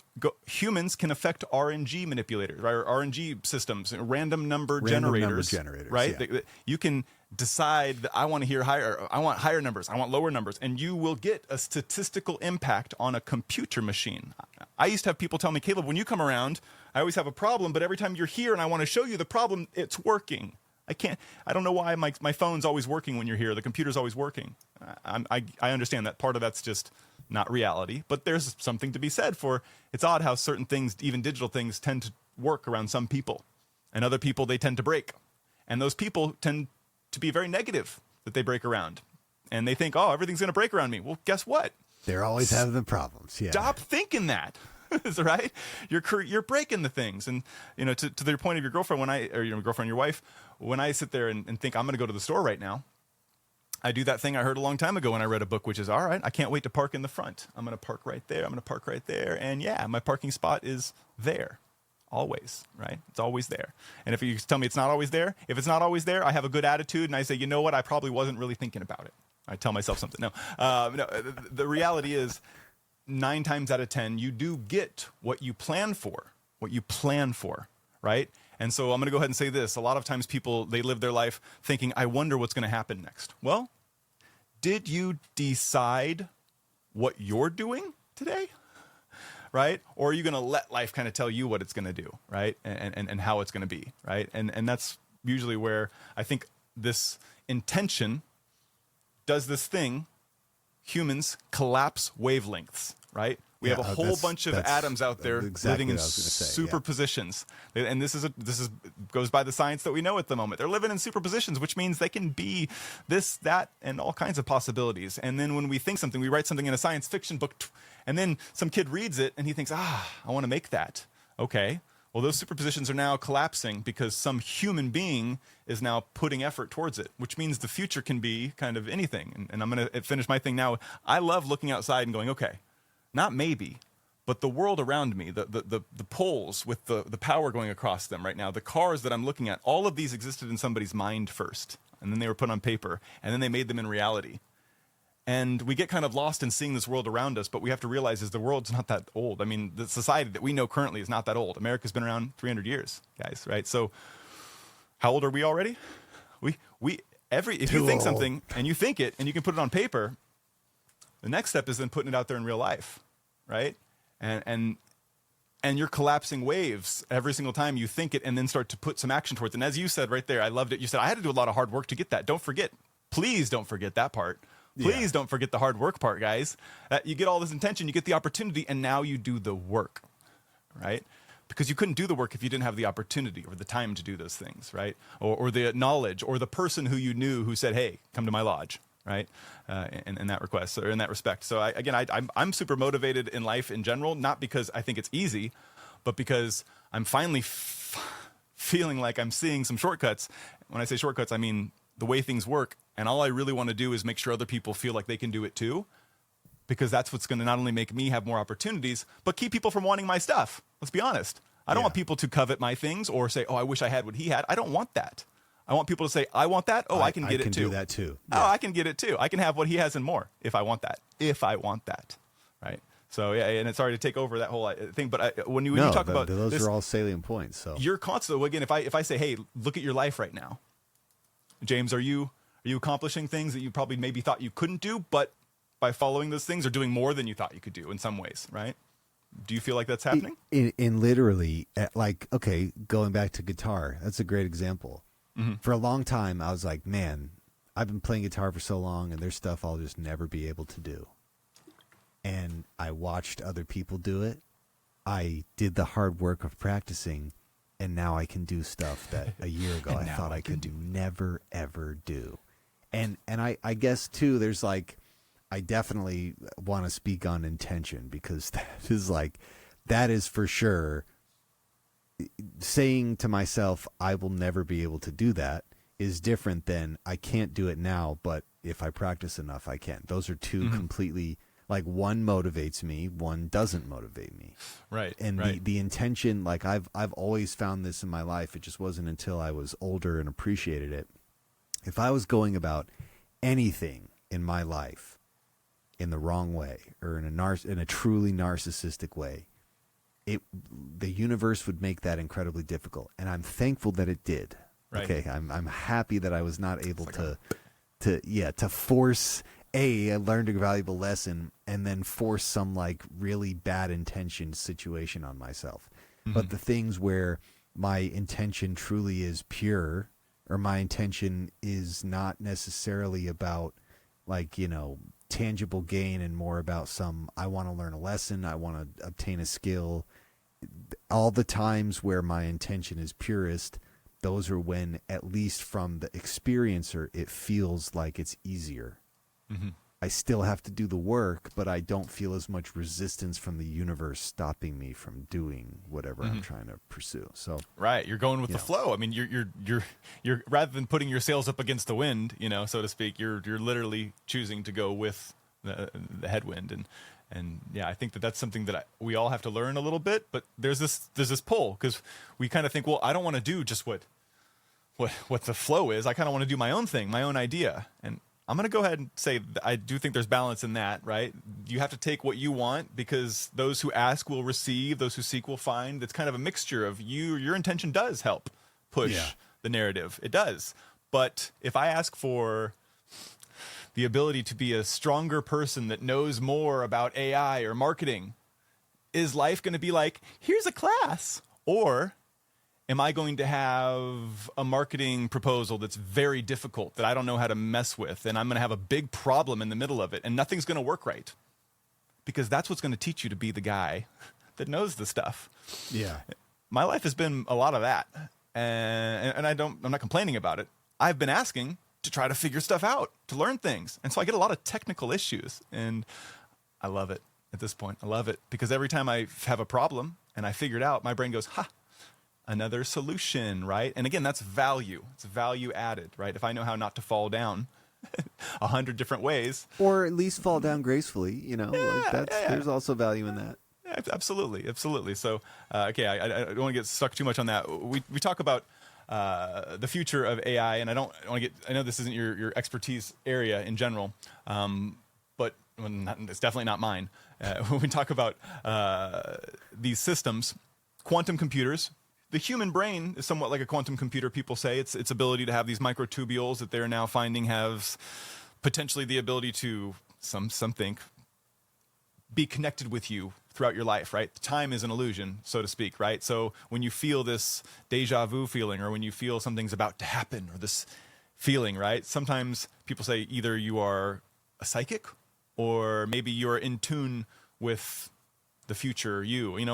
What do you think? Do you think people are more likely to be psychic, or do you think people are more likely to be like on a simulated hard drive, so to speak? I mean, that's kind of a random question, but those are kind of two different things that I think about. Two different. Well, I mean, I guess from like the video game perspective, like if we're the player in the game, are we just precogging what's already going to happen in the game, or possible programs? I personally am fully okay with the idea that there's an extra layer to our reality. Mm-hmm. I personally am at that level. I'm at the level where I think humans have an ability to perceive an extra layer to existence. Even when I look at the human body, our ears only hear a set number of frequencies, right? There's frequencies that exist above and below it, but we only interact with a certain amount. Our eyes only see a very slim portion of the visible spectrum, right? There's waves of light occurring above and below what we can see. We only interact with a tiny little bit. So from every metric, our body is a pretty aggressive filter. Now, I'm an audio engineer, so this is something I've spent a lot of time. I've spent a lot of time looking at filters, okay? People who do video will understand this correlation too. They'll get this analogy, but it's filtering out a ton of information. Right, and just to give a quick visual, we're seeing that's what we interact with. We get this much visuals of all the visuals also, possible. Yeah, and for people that don't understand microwaves, that at any given time we're swimming in a sea of wave energy, right? Yeah. Microwaves give us a cell phone, X-rays, gamma rays from celestial bodies, the sun. like if we could see the rest of the spectrum, it would feel like we were underwater because we'd be covered in all these. Same things with sound. Right. If we could see sound, if we could see and hear full spectrum sound, the reality would be very different. In fact, our ears, if you look at the range of frequencies that humans hear is 20 hertz to 20,000 hertz. In audio engineering land, there's a little bump between 2K and 5K. It's called the presence range. And it's an area of those set frequencies that humans will perceive to be louder than other frequencies because they match the exact size of our ear, right? The body is a filter. There's an extra layer to this shit that we have either been told to ignore, we have forgotten about, designed without having the ability to. Well, again, I don't think humans are meant to see or hear beyond what we can see or hear. Right, But I do believe that our brain possesses the ability to perceive things as any antenna would perceive the things, the abundant electromagnetic or the abundant wave energy around us in a way that we don't fully appreciate. There's a great book. I can't pull it out of the stack, but it's called Limitless Mind. It's written by this guy named Russell Targ. Russell Targ was one of the guys in the Stanford Research Institute's remote viewing program. Russell Targ and Hal Puthoff, who is now a big name in the UFO world. But these guys they were paid by the government a lot of money to research the idea that humans have some level of extrasensory perception, and they in many ways quantified it, and the government straight up did pay them to perform what yielded actionable intelligence things. Like they had people who were able to perceive a location that they were not, or to perceive, some intangible aspect that the government actually used as some kind of like actual military intelligence. Like they took it seriously, regardless of if anyone listening to this takes it seriously. They took it very seriously. Oh yeah, no, I think I'm gonna go ahead and say boldly that anybody who doesn't take it seriously, just go educate yourself. Truly, Yeah, you don't have to listen to any at this one point, person.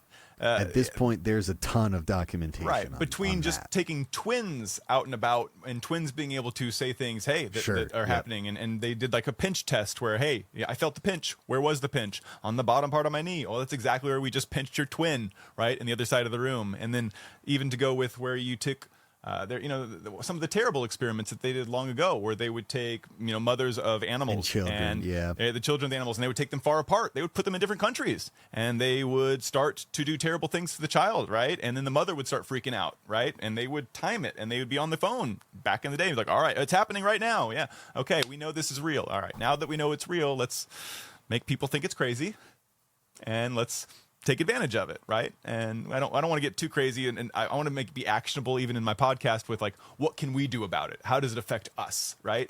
Well, we can talk about the government stuff, which is kind of interesting, but what can we do about it? Well, we can be aware that there's some reality to what people used to maybe think was a little crazy, whether it be psychics, which I used to think were kind of potentially crazy stuff, which I think most of them kind of are, but many of them are, yeah. Many of them are, right? I think that there's some people out there that have a really strong connection, and we call those psychics people who can manifest or collapse wavelengths or connect with and understand wavelengths at a distance, maybe, right? These people are able to manipulate their environment better or understand their environment better. And some people have things. Oh, sorry, go ahead. No, go ahead. Just because you mentioned this thing about the color bands, and I started instantly thinking of like people with synesthesia, right? People that when they hear a sound, they see a color, when they see a number, they see a color, or they hear a sound, and either or, right? The senses become mixed in a way, or they have extra senses when something happens, and through that, they're able to understand the information significantly deeper than somebody who doesn't have synesthesia. And often these people who have synesthesia, if they're non-speaking, they end up having telepathic abilities, which we jump into the whole telepathy tapes and other people who are studying that right now, which is very fascinating. Have you taken a look at those by chance? I have, yeah. It is pretty interesting, yeah. Mm-hmm. Yeah, for sure. And so what do you think about that? And how does that make you feel as a person? Does it change your life, or does it make you act differently? Yeah, I absolutely. Yeah. I mean, I definitely think it's made me appreciate taking better care of my mind. And, you know, in the same way that I do an exercise every other day for my physical body, I'm constantly, like, guitar would be one. I do Duolingo. I try, and when I play games on my app, I try and do like thinking games. I like the New York Times, you know, puzzles and stuff. I feel like it's a muscle that you have to exercise, and the more you exercise it, the more receptive or sharp it becomes, in the same way that I build my ability to play something on the guitar, or I build my arm muscles or leg muscles, depending on what I'm doing. I'm also, and this is something I've put a lot of thought into recently, I am both terrified and excited by the amount of, as we were talking about before, the abundant amount of wave energy around us. Like, there's a part that is a little scary because we're the guinea pigs. Like, we've never, ever in the history of humanity been so surrounded by electromagnetic radiation from our electrical devices, ever. We're the experiment there. We're the first generations that got cell phones. No other generation after us is going to know life without having a cell phone or a device that is receiving microwave energy. And there is a whole tirade or conspiracy rabbit hole we could go down about the research, the negative research about that being suppressed and why it's being suppressed. But then there's also a part of me that's like, this is the natural step in the ultimate marrying of man and machine, right? We have to be surrounded by all of this wave energy, and the more surrounded by the wave energy we are, the more our bodies adapt to that, and makes it more of a realistic thing that we could then start implanting technology inside of us, which is, whether you like it or not, is for sure on the horizon. And like, there's also like strange situations, call it a synchronicity or not, but I'll think, man, I really haven't talked to that person in a while. I need to talk to them. Boom, I got a text message. Boom, I got a phone call from that person. So it's like, was I speaking brain to brain? Was my brain antenna accepting waves, like actual microwaves from them trying to text or call me? I don't know. But I do feel like there is a component of our interaction with technology, and more specifically the electromagnetic wave radiation, that is either accelerating that and causing us to physically change because of that. And I mean, this is not necessarily conspiracy tirades, but like the blue light from phones and screens, that's bad. That's bad for our eyes. It hurts our eyes, and it can disrupt chemical processes in the same way that sitting under a red UV light might reinforce some of those natural chemical processes in our body. So, you know, I have many thoughts about, you know, am I going to give up technology? No. Am I trying to like limit the amount, how close I'm putting my cell phone to my balls? Maybe, you know. Yeah, maybe, I mean, it happens way too much. The whole pocket thing. Come on. Yeah, you know, like seriously, like and again, we're the guinea pigs there. We're going to have to find that out when we get older, what the long-term effects of that are. But you know, I am still on the fence, in the sense that I feel like it's not all negative. There is some aspect of antenna that our brain has that we're not necessarily, we've been taught to think that it wasn't a real thing, but then you find like studies that governments have been doing about it being a real thing, and then it just you know, makes you think, you know, is there something, is there a there, you know? Right. As you said, it was taught that it wasn't a thing. True.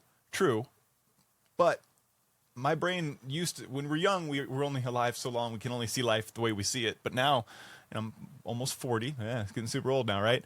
I see the world as going, wait a second. They were only teaching for a small amount of time that it wasn't a thing. Before that, they were teaching that it was a thing. It was a thing, yeah. And then for a really small time, we were like, no, we kind of know everything. We can make movies. Superhuman. Yeah, we can make movies now. Like, okay, wait a second. Just because you can act in movies and act stupid and, you know what I mean, show off and create entertainment, and all of a sudden life starts to change from we need to do everything to, why don't we do this? Why don't we do that? Right? All of a sudden, the discussions and how people talk changes. I see that now looking back, and I realize, okay, moving forward, the illusion's only going to get deeper. And the potential problems, unfortunately, in some ways will grow. Hopefully, I'm going to say the big hope, hopefully AI is going to be used as a tool that helps us understand the history, where we came from, and keeps us in check. What I mean by that is, when people are being stupid, how do you say that you're being stupid? Well, if I say that person's being stupid, they're going to say, Caleb, we don't care about what you think. What do you But know? if AI says, no, that's a stupid thing. I am the knowledge of all, right? Maybe there's going to be some credence to its opinion on overall humanity, on how humans treated each other through time, right? When it has that database. So for sure, we have to have a model that people agree on. I get it. There's a lot of talking there. But okay, moving forward in life, what is something that you really want to grow with? I know that music is something that you're super passionate about. I know that you like, I wouldn't say conspiracies in general. I know that you like learning about life, right?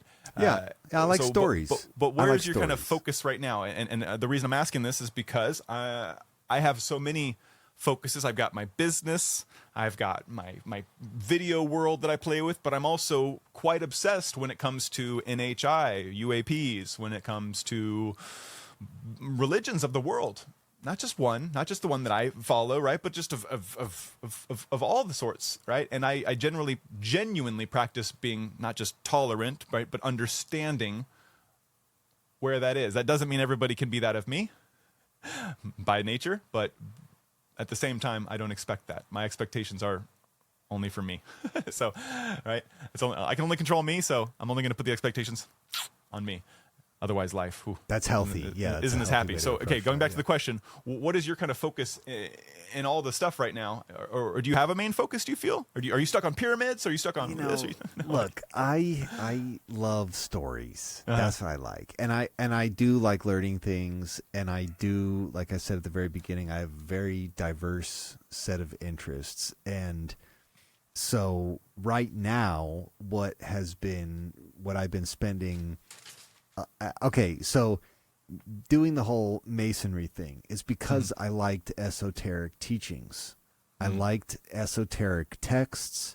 I liked understanding the idea of religion, not necessarily from what the specific religion says, but the ideas of religion, the symbols of religion.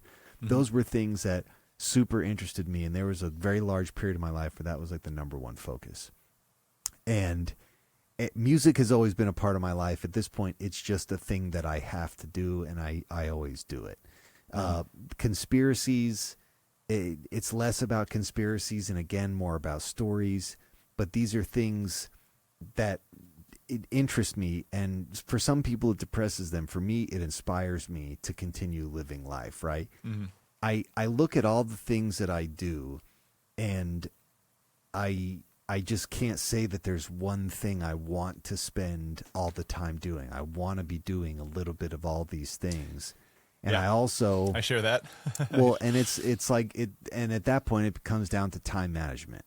And so I try and be good about time management. I try and be good about spending a little bit of time every day doing certain things, a little bit of time every so often doing things. The podcast helps in the sense that I get to talk to people from all different backgrounds, not necessarily conspiracy stuff all the time, but people with a bunch of different viewpoints of the life, of world and the world and life in general.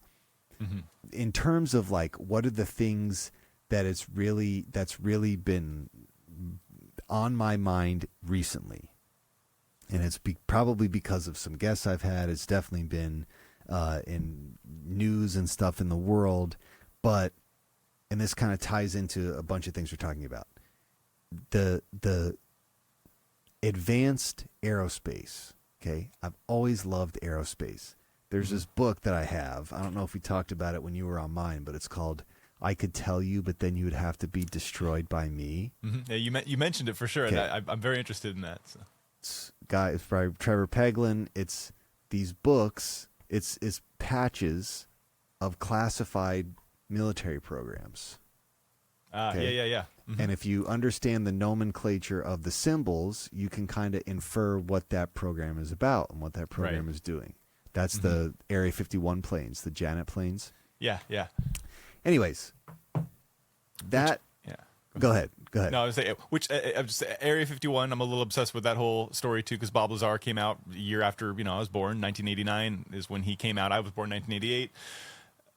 Those airplanes were used to carry people from the nearby Las Vegas, airport, right, to Las Vegas airport to actually the airport in Area 51 because they didn't have buses going in and out, and that was the only secure way to get people in and out of that place. But just for the record, for people who look into it, apparently, from people who know, Area 51 was never where they had the UFOs or the aliens. That's just the place for advanced aeronautical space.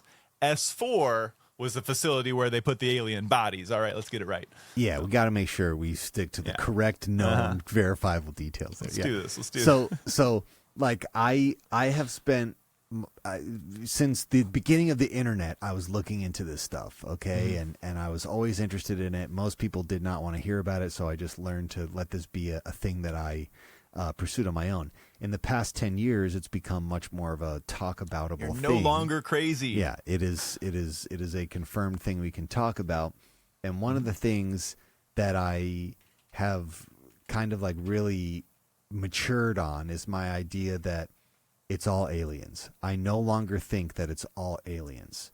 I think that some of it, at least some of it, is some advanced technology that we have. Now, whether we reverse engineered it, whether we just came up with it on our own, I don't know. But what I do know is that we have very crazy technology.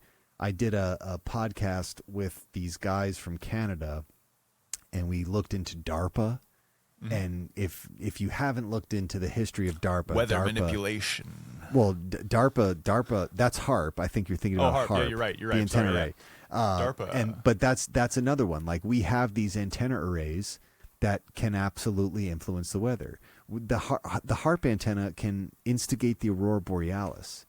It beams so much microwave energy up into the atmosphere. That again, we have plenty of proof. This is real concepts stuff that people can run out there and do just with stuff. Yeah, let alone the bases in Antarctica that have things. I think the reason I say messing with weather, I actually think I'm going to make sure Antarctica, because I believe in this case I might actually be thinking of what I am. Yeah, so there is a Defense Advanced Research Projects Agency, DARPA, That's right? DARPA. And they control the ice in the Arctic, right? And so one of the facilities they have down there apparently it's the iceberg like neutrino detector. Well, they've got the neutrino detector, and then is that the one with the basketball-sized pieces that are in there, right? The receivers, right? Yeah, the long strings. The whistleblower guy, Eric Hecker, I had Sean him on Ryan? the podcast. Ah, nice. Yeah, nice. I had him on the podcast. I've Beautiful. done a bunch of. He actually That's awesome. came out to Long Island, to New York, and we like went around to all these crazy.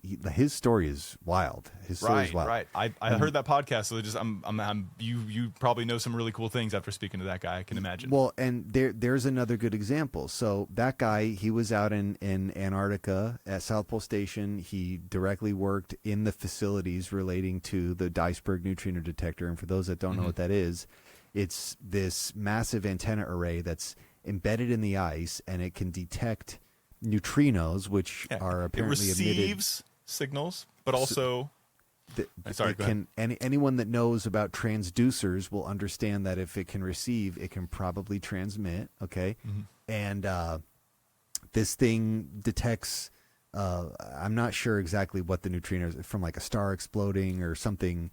Right, emits it's a radiation neutrino, and we type detect it. wavelength in a sense that goes through. Yeah, and they just a neutrino detector by itself. If you look up that stuff, makes me feel like only an alien could even just create that thing, right? Who created the first one and got found success with it? Because just making it, and okay, again, there's a neutrino detector by itself is an amazing piece of technology. We build these things all over, and right, they're not just for detecting stars blowing up, or right, they're also that's like the thread on that now. The more people are coming forward about advanced tech or alien tech or non-human tech, there's a conversation now that neutrinos are actually emitted when UFOs appear, come into existence, or turn on almost, right? Whatever, like initiate their vacuum.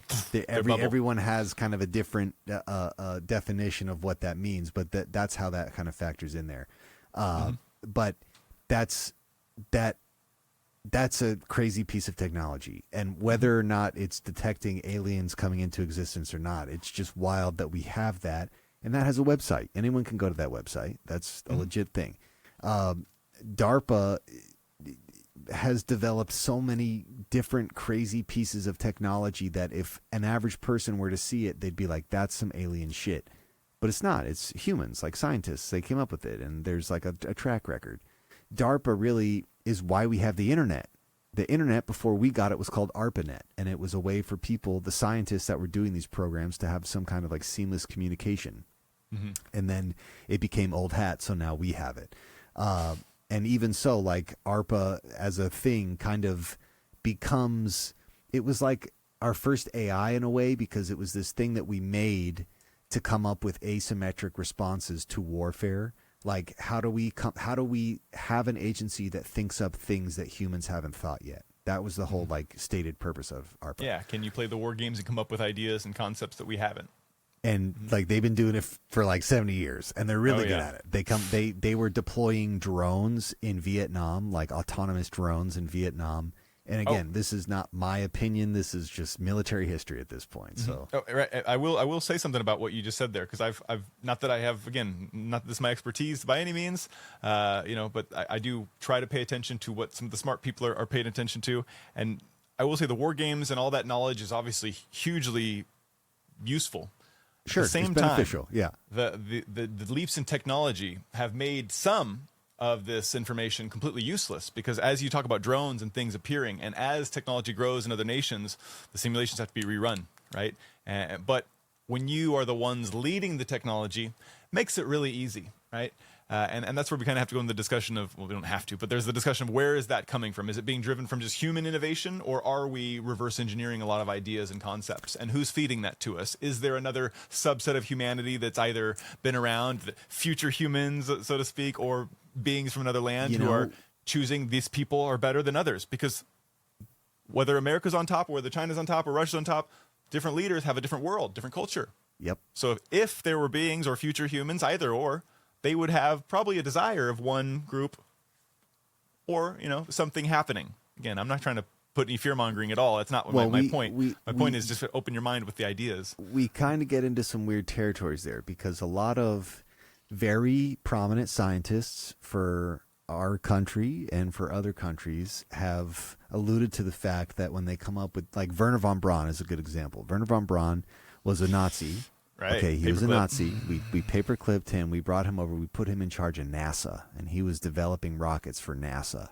And he is on record from multiple people saying the Nazis had help from some higher plane of existence. Oh, yeah. And that he was routinely in communication with some kind of higher form of being that was giving him the ideas that he was coming up with for advanced rocketry and stuff. Mm-hmm. Even the Nazis, like there's many conspiracy rabbit holes to go down there, but they for sure had a couple organizations that were like esoteric. They were trying to communicate with like demons, or the Brill Society, and like there's right, as you're saying, some of them thought couple.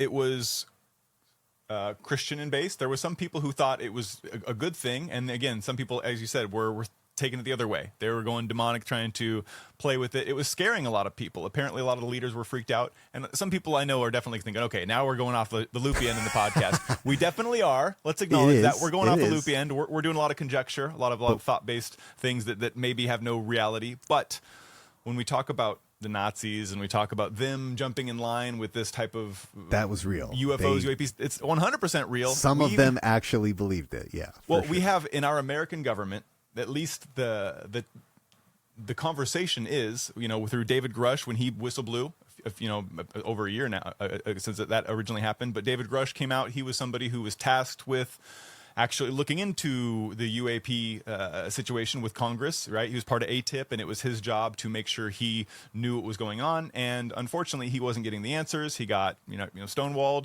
And eventually, he had a bunch of people coming to him saying, hey, we're involved in these things. We know about this stuff. And one of the people that came to him said, hey, one of the first crashes that happened was back in the 1930s, and it was back in Italy.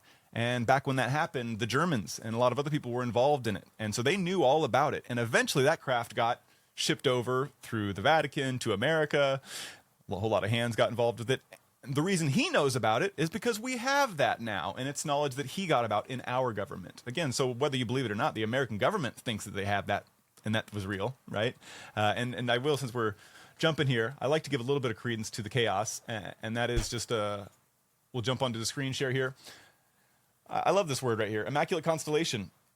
If anybody hasn't taken a look at it, immaculate constellation is something that is very interesting. We have it on the congress.gov website. It's on the house.gov website. News Nation talks about it. This report came out over a year ago. It was a whistleblower document, and we didn't know who it was until recently. Until recently, the man actually did an interview with Ross Coulthart and I think Jeremy Corbell on the Weaponized podcast, which is in 3 parts. Super cool. George Knapp and Jeremy Corbell. Yeah. Is it George? I'm sorry. Yeah.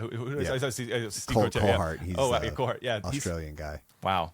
I'm getting mixed up. I appreciate your knowledge. Yeah. So George Knapp, how could I forget? Let's give him a quick shout out. George Knapp is one of the coolest OGs of this, I guess, area. I mean, he's been reporting on it for the longest. Like, there's very few people that have been involved in it as long. And he's always been genuine that he doesn't really care about this stuff. He's just trying to do what journalists do and do the right thing, which is look into his sources and make sure that we, the people, get good information. So just to quickly show this on the screen, this is a 12-page document that is called the Immaculate Constellation. But just to show the front of it, it talks about the multi-year internal investigation into subjects of unidentified anomalous phenomena, technologies of unknown origin, and my favorite thing, the non-human intelligence, the NHI. It didn't say aliens from another planet. It says NHI. That could literally mean AI, right? It's non-human. It's artificial. So that could be AI. It's anything that's not a human, okay? But we know for a fact from other documents that these beings, these non-human intelligence things, were actually found and spoken to, or at least attempted to be spoken to. Often it was telepathy. So I'm going to end it with my little rant right there. What does this mean to the average person in America? What should this mean, do you think, to the average person, you know? Anything? Or should we just... I feel like most people obviously don't care. And most people ignore it. Most people think it's not real. Don't because some people don't think it's real, and even there's a ton of people who do believe it, but they always say this: how is this paying my bills? Yeah, how's it going to change my life? That's an understandable way to look at it. You know, for me, I can't also help but think that at least a portion of the show that we see around this topic is meant to serve as a cover for stuff that we're doing, whether NHI are involved or not. It's a perfect cover to have people bickering about unconfirmable details instead of talking about or taking pictures of advanced drone technology that we have, or advanced plane, or the next generation fighter jets that we have. Right.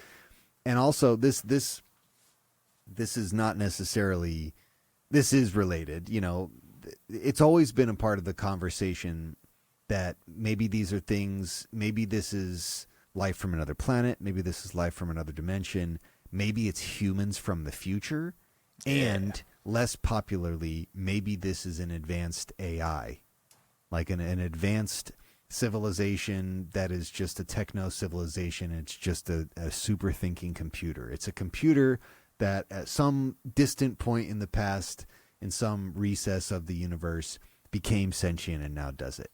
Now, anecdotally, when Stanley Kubrick was putting together 2001: A Space Odyssey, he asked all the leading astrophysicists if an alien race were to populate the universe or try and search the universe for life, how would it do it?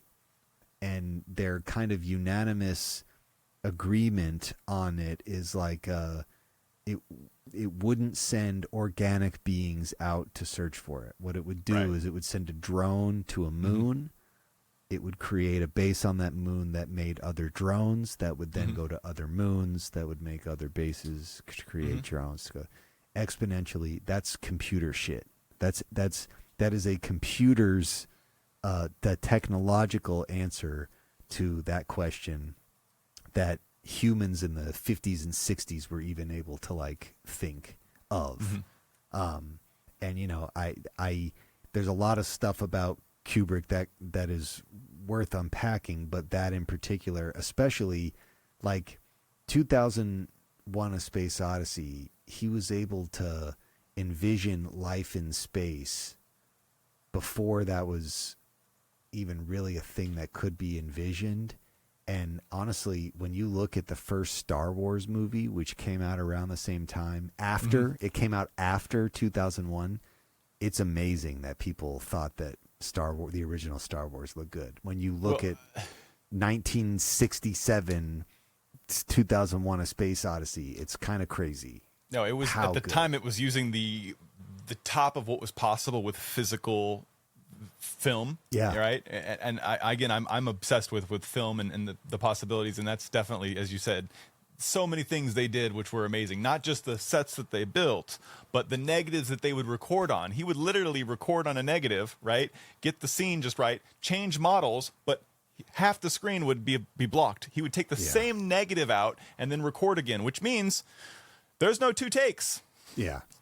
1 take to do some of those things to get those spaceships to look like they're really out there moving with because they really are there, at different times in position. In a way, yeah. In a way. And to your, what you're saying right there is when you mentioned 2001: Space Odyssey, we had this amazing mind of a filmmaker who could see things. We also had Arthur C. Clarke, right? I think the originator of who wrote the book. Definitely a contributor right? to that, yeah. He wrote my favorite book, and you mentioned exactly this other idea. Maybe you've read it. Did you ever read Rama? No, not yet. Okay, if you haven't read Rama, you need to read Rama. This is one of my favorite books. It's from the 1970s, right?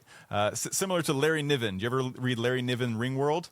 Okay, I'm going to put those out, guys. Hey, Larry Niven's Ringworld from the 70s. It's an amazing book. It's before Halo existed. They go out and they find a Halo world, right? And it's literally Halo before Master Chief ever existed, right? If you go read Larry Niven's Ringworld, you're going to be like, how dare they make this other, game? He had the world first. Okay. Anyways, there's that. And then there's Rendezvous with Rama, which is another book. But the book Rama by Arthur C. Clarke, in general, what it is, hey, we're on Earth and we have this civilization where we're starting to go to Mars, we're starting to go to the moon, we can do some things a little bit, right? At that time, we're starting to feel a little bit comfortable in our own solar system, in our own neighborhood, I could say, in the solar system. And then what happens is we start to see this artificial object come into our solar system, right? And this artificial object, when we zoom in on it, when we look at our satellites, we realize it's not a rock. It is like a big giant pill, right? And to sum up the story, I don't want to say any spoilers, but what happens is that, well, let's say some spoilers. This pill ends up being, obviously, as you said, it is not full of necessarily aliens. It is more of a drone that's being sent. And we then send our people to the drone to land on it, to go inside. And as you said, well, if they were to send a drone to places, what would that drone be able to do? Would it be able to land and then build bases? What if that drone were to meet a civilization and that civilization contacted it? What would it be prepared to do, right? Would it have a sequence built into it to, communicate with those people? And when they go inside, this thing is it's massive. They get inside this huge thing. It's got an ocean inside of it and all kinds of stuff. What I find to be amazing is, again, I want people to read it, but they've got things in there that are self-replicating. It's got the ability to create and do things. It's even got the ability to take humans, right, and transport them. Because think about it. If you have, and you do find something that's alive, how do you register that, right? If you're some super race. So you have to have some way to get inhabitants potentially and bring them back to you, right? If you do find something. So this book goes into all that stuff. It has all these thoughts built into it. And this is from the 70s. Yeah, as you said, wild. we got Star Wars, Star Trek, amazing stuff. There was a wave of thoughts going out.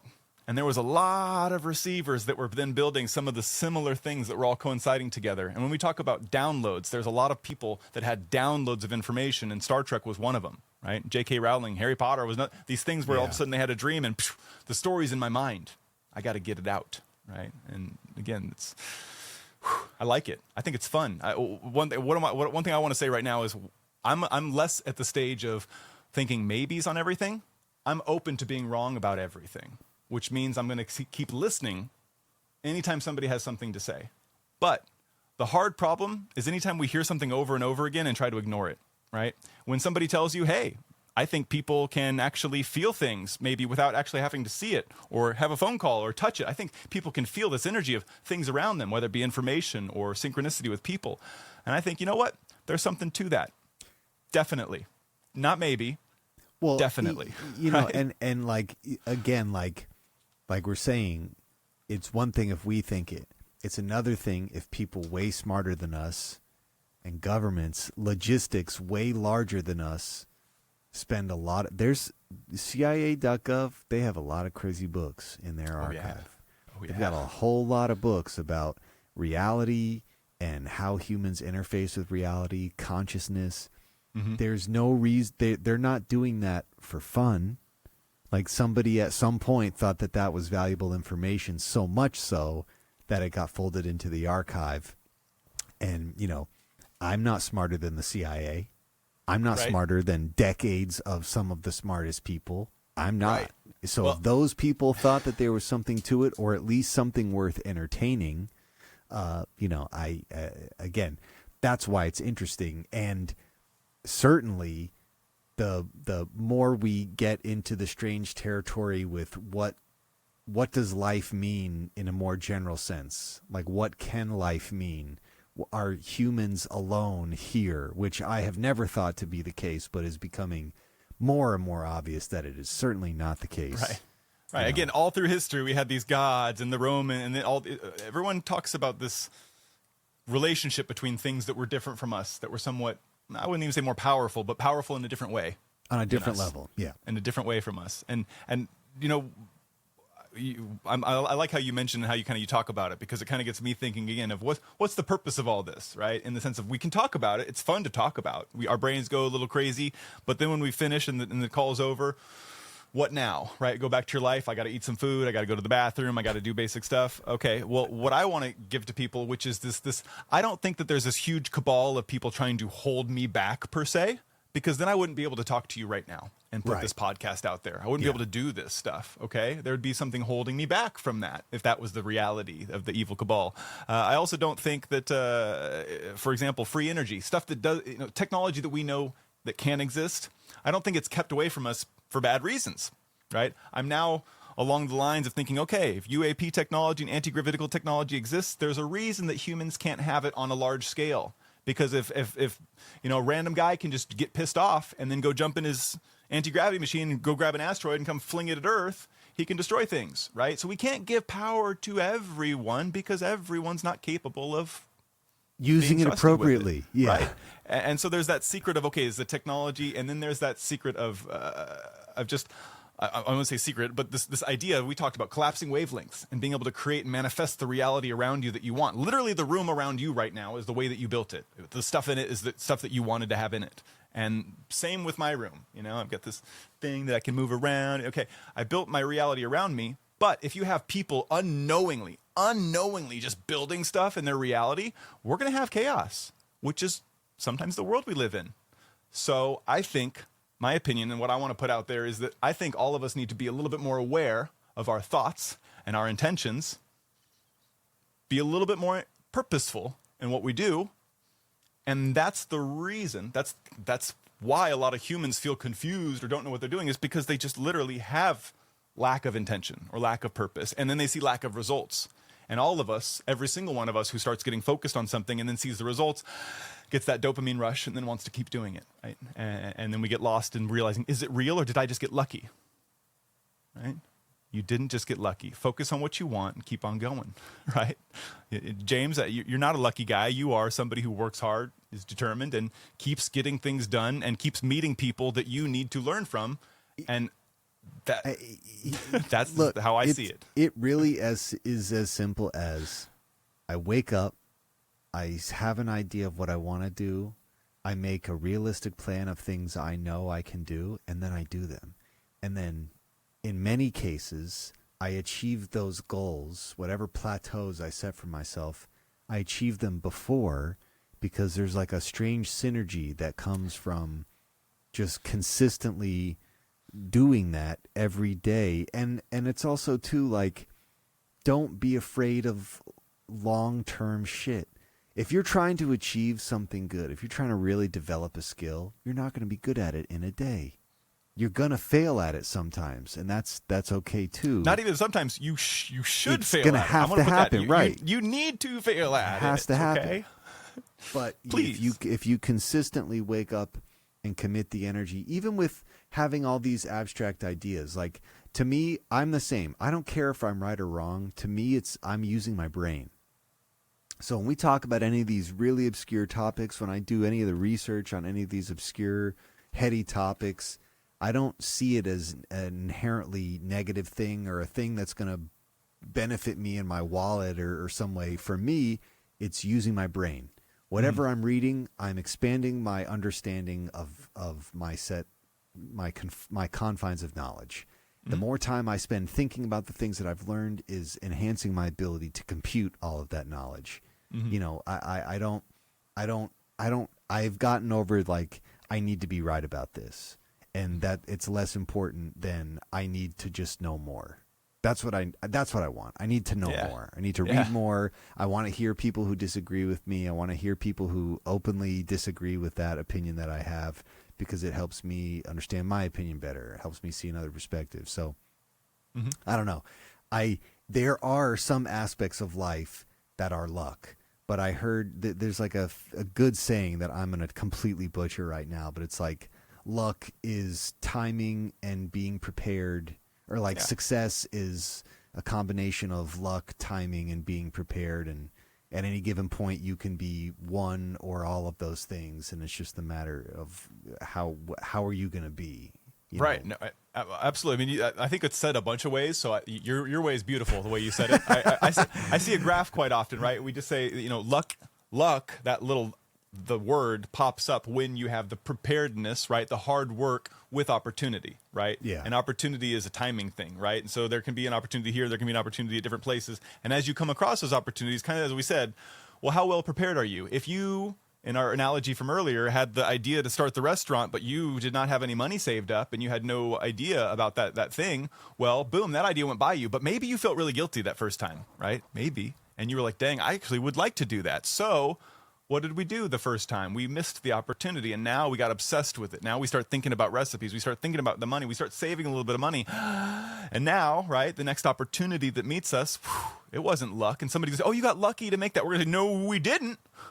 No, we didn't. I had to work for this. A lot of work went into that. But what happened, right? Yeah, you missed things. And so, again, when it comes to, I get to teach people when it comes to marketing, AI, or even English. And my favorite is English, because I get to learn so much when I'm teaching English. Teaching is something that always really helps me understand perception. So perception is the word that I'm really trying to go for. Overall, you know, being able to see things in different perspectives. Again, I mentioned this on the previous podcast. When we're reading books or when we're having a conversation with somebody, we see things in different perspectives, right? And I think overall, what I want to be able to do is to feel more comfortable and confident in life. And how can I do that for other people? Well, it's not just being able to tell them an answer, but it's being able to show them a path and give them a recipe, right? And that's kind of what I'm always trying to do, is figure out recipes in life, which is not how I'm going to end it right this second. But do you have any specific people or influencers that you listen to, or that you read, or that you look at on a daily basis, people that you kind of look up to, or maybe, you know, role models at this point in life that you can shout out? You know, that's a real good question. Do I have role models? I'm sure I do.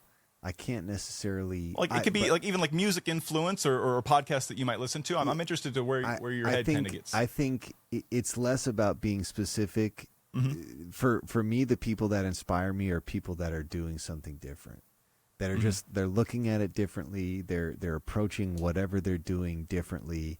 I'm also just a huge fan of somebody who loves what they do. I feel like whenever I'm watching somebody who really whatever it is, if I'm watching somebody who loves what they do, it inspires me. It reminds me of the things that I love to do, and it inspires me to like appreciate it and approach it with that same gusto. But in particular with music, like all the bands that I love, I always remember this. They were a band 10 years before they got to the point where they were releasing their first record. And they're all bands that by every metric should not have succeeded. They didn't fit into a genre. They were doing their own thing. But in the long run, them being unique, that's what set them apart. That's what allowed them to survive. So for me, it's anyone that's doing something different, that's taking a different approach to even an old problem. But, you know, there are plenty of musicians and artists and creators of all kind, who I'm not necessarily like the hugest consumer of what they do, but I have nothing but respect for them, and I appreciate what they do because they're doing it with their own unique voice. Yeah. You know, Their flair. I don't know. And I feel like that's another thing, like the internet, there are so many cool people doing cool things. The internet just wants to kind of funnel you to the big creators.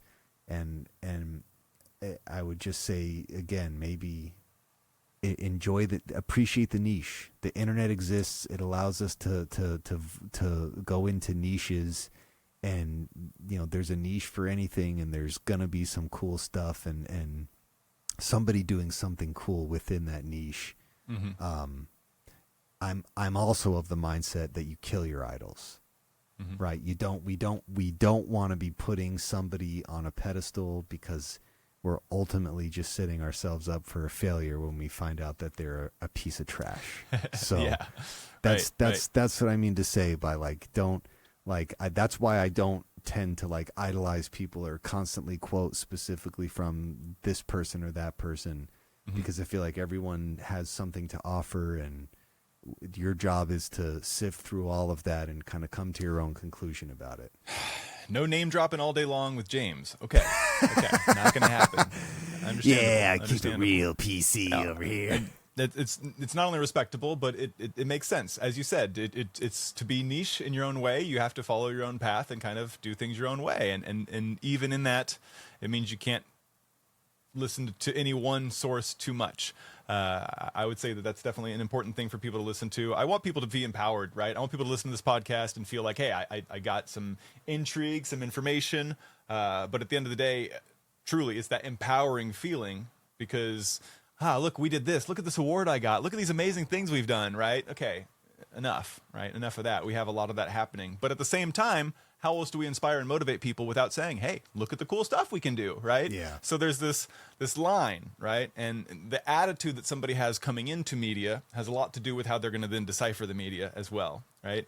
And so understanding that, okay, I used to always kind of tend to be the underdog in my mind. But at this point in time, I have a heart for the underdog, but I want to be the person that I want to be, right? Which means a little bit more oomph, a little bit more fake it till you make it, maybe. There's a lot of things you can say, but really it's just showing drive, which can then come off in different ways, right? To some people it can come off pushy, and some people come off maybe even narcissistic because you're trying to do your own thing too much, right?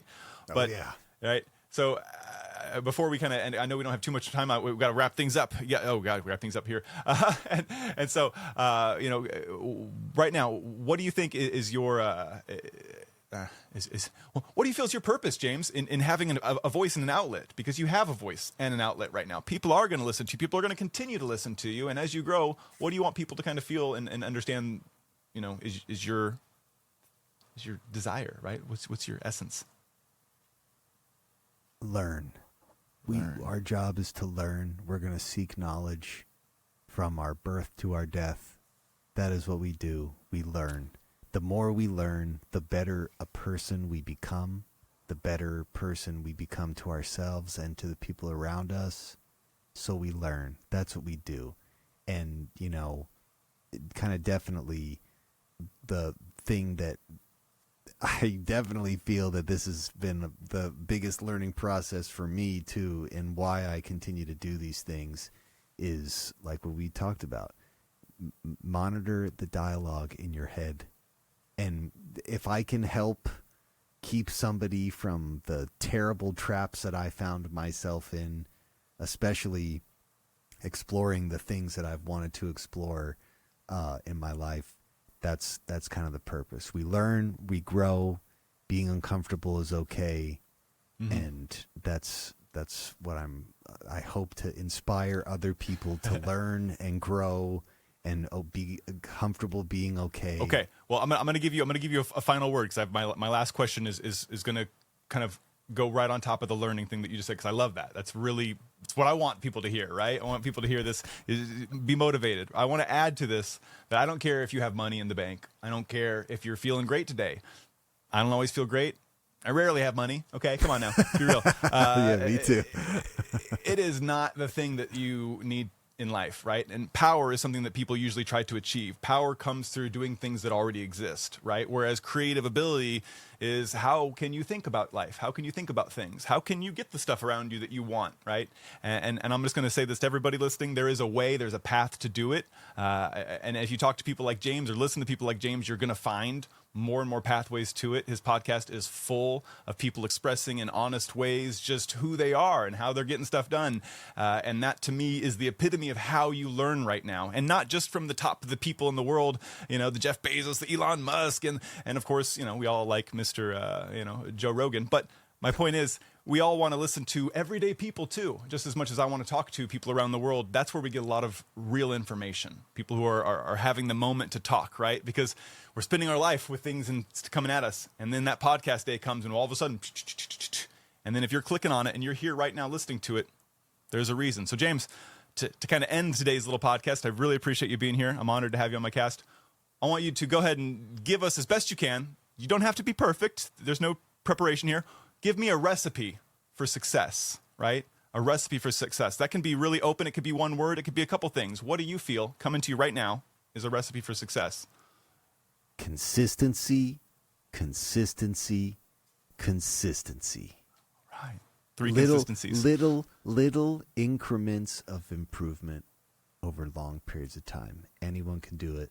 Anything you think you can't do, if you add some consistency in trying to do that thing, you will become good at it. Ladies and gentlemen, James Oliva. Oliva. All right.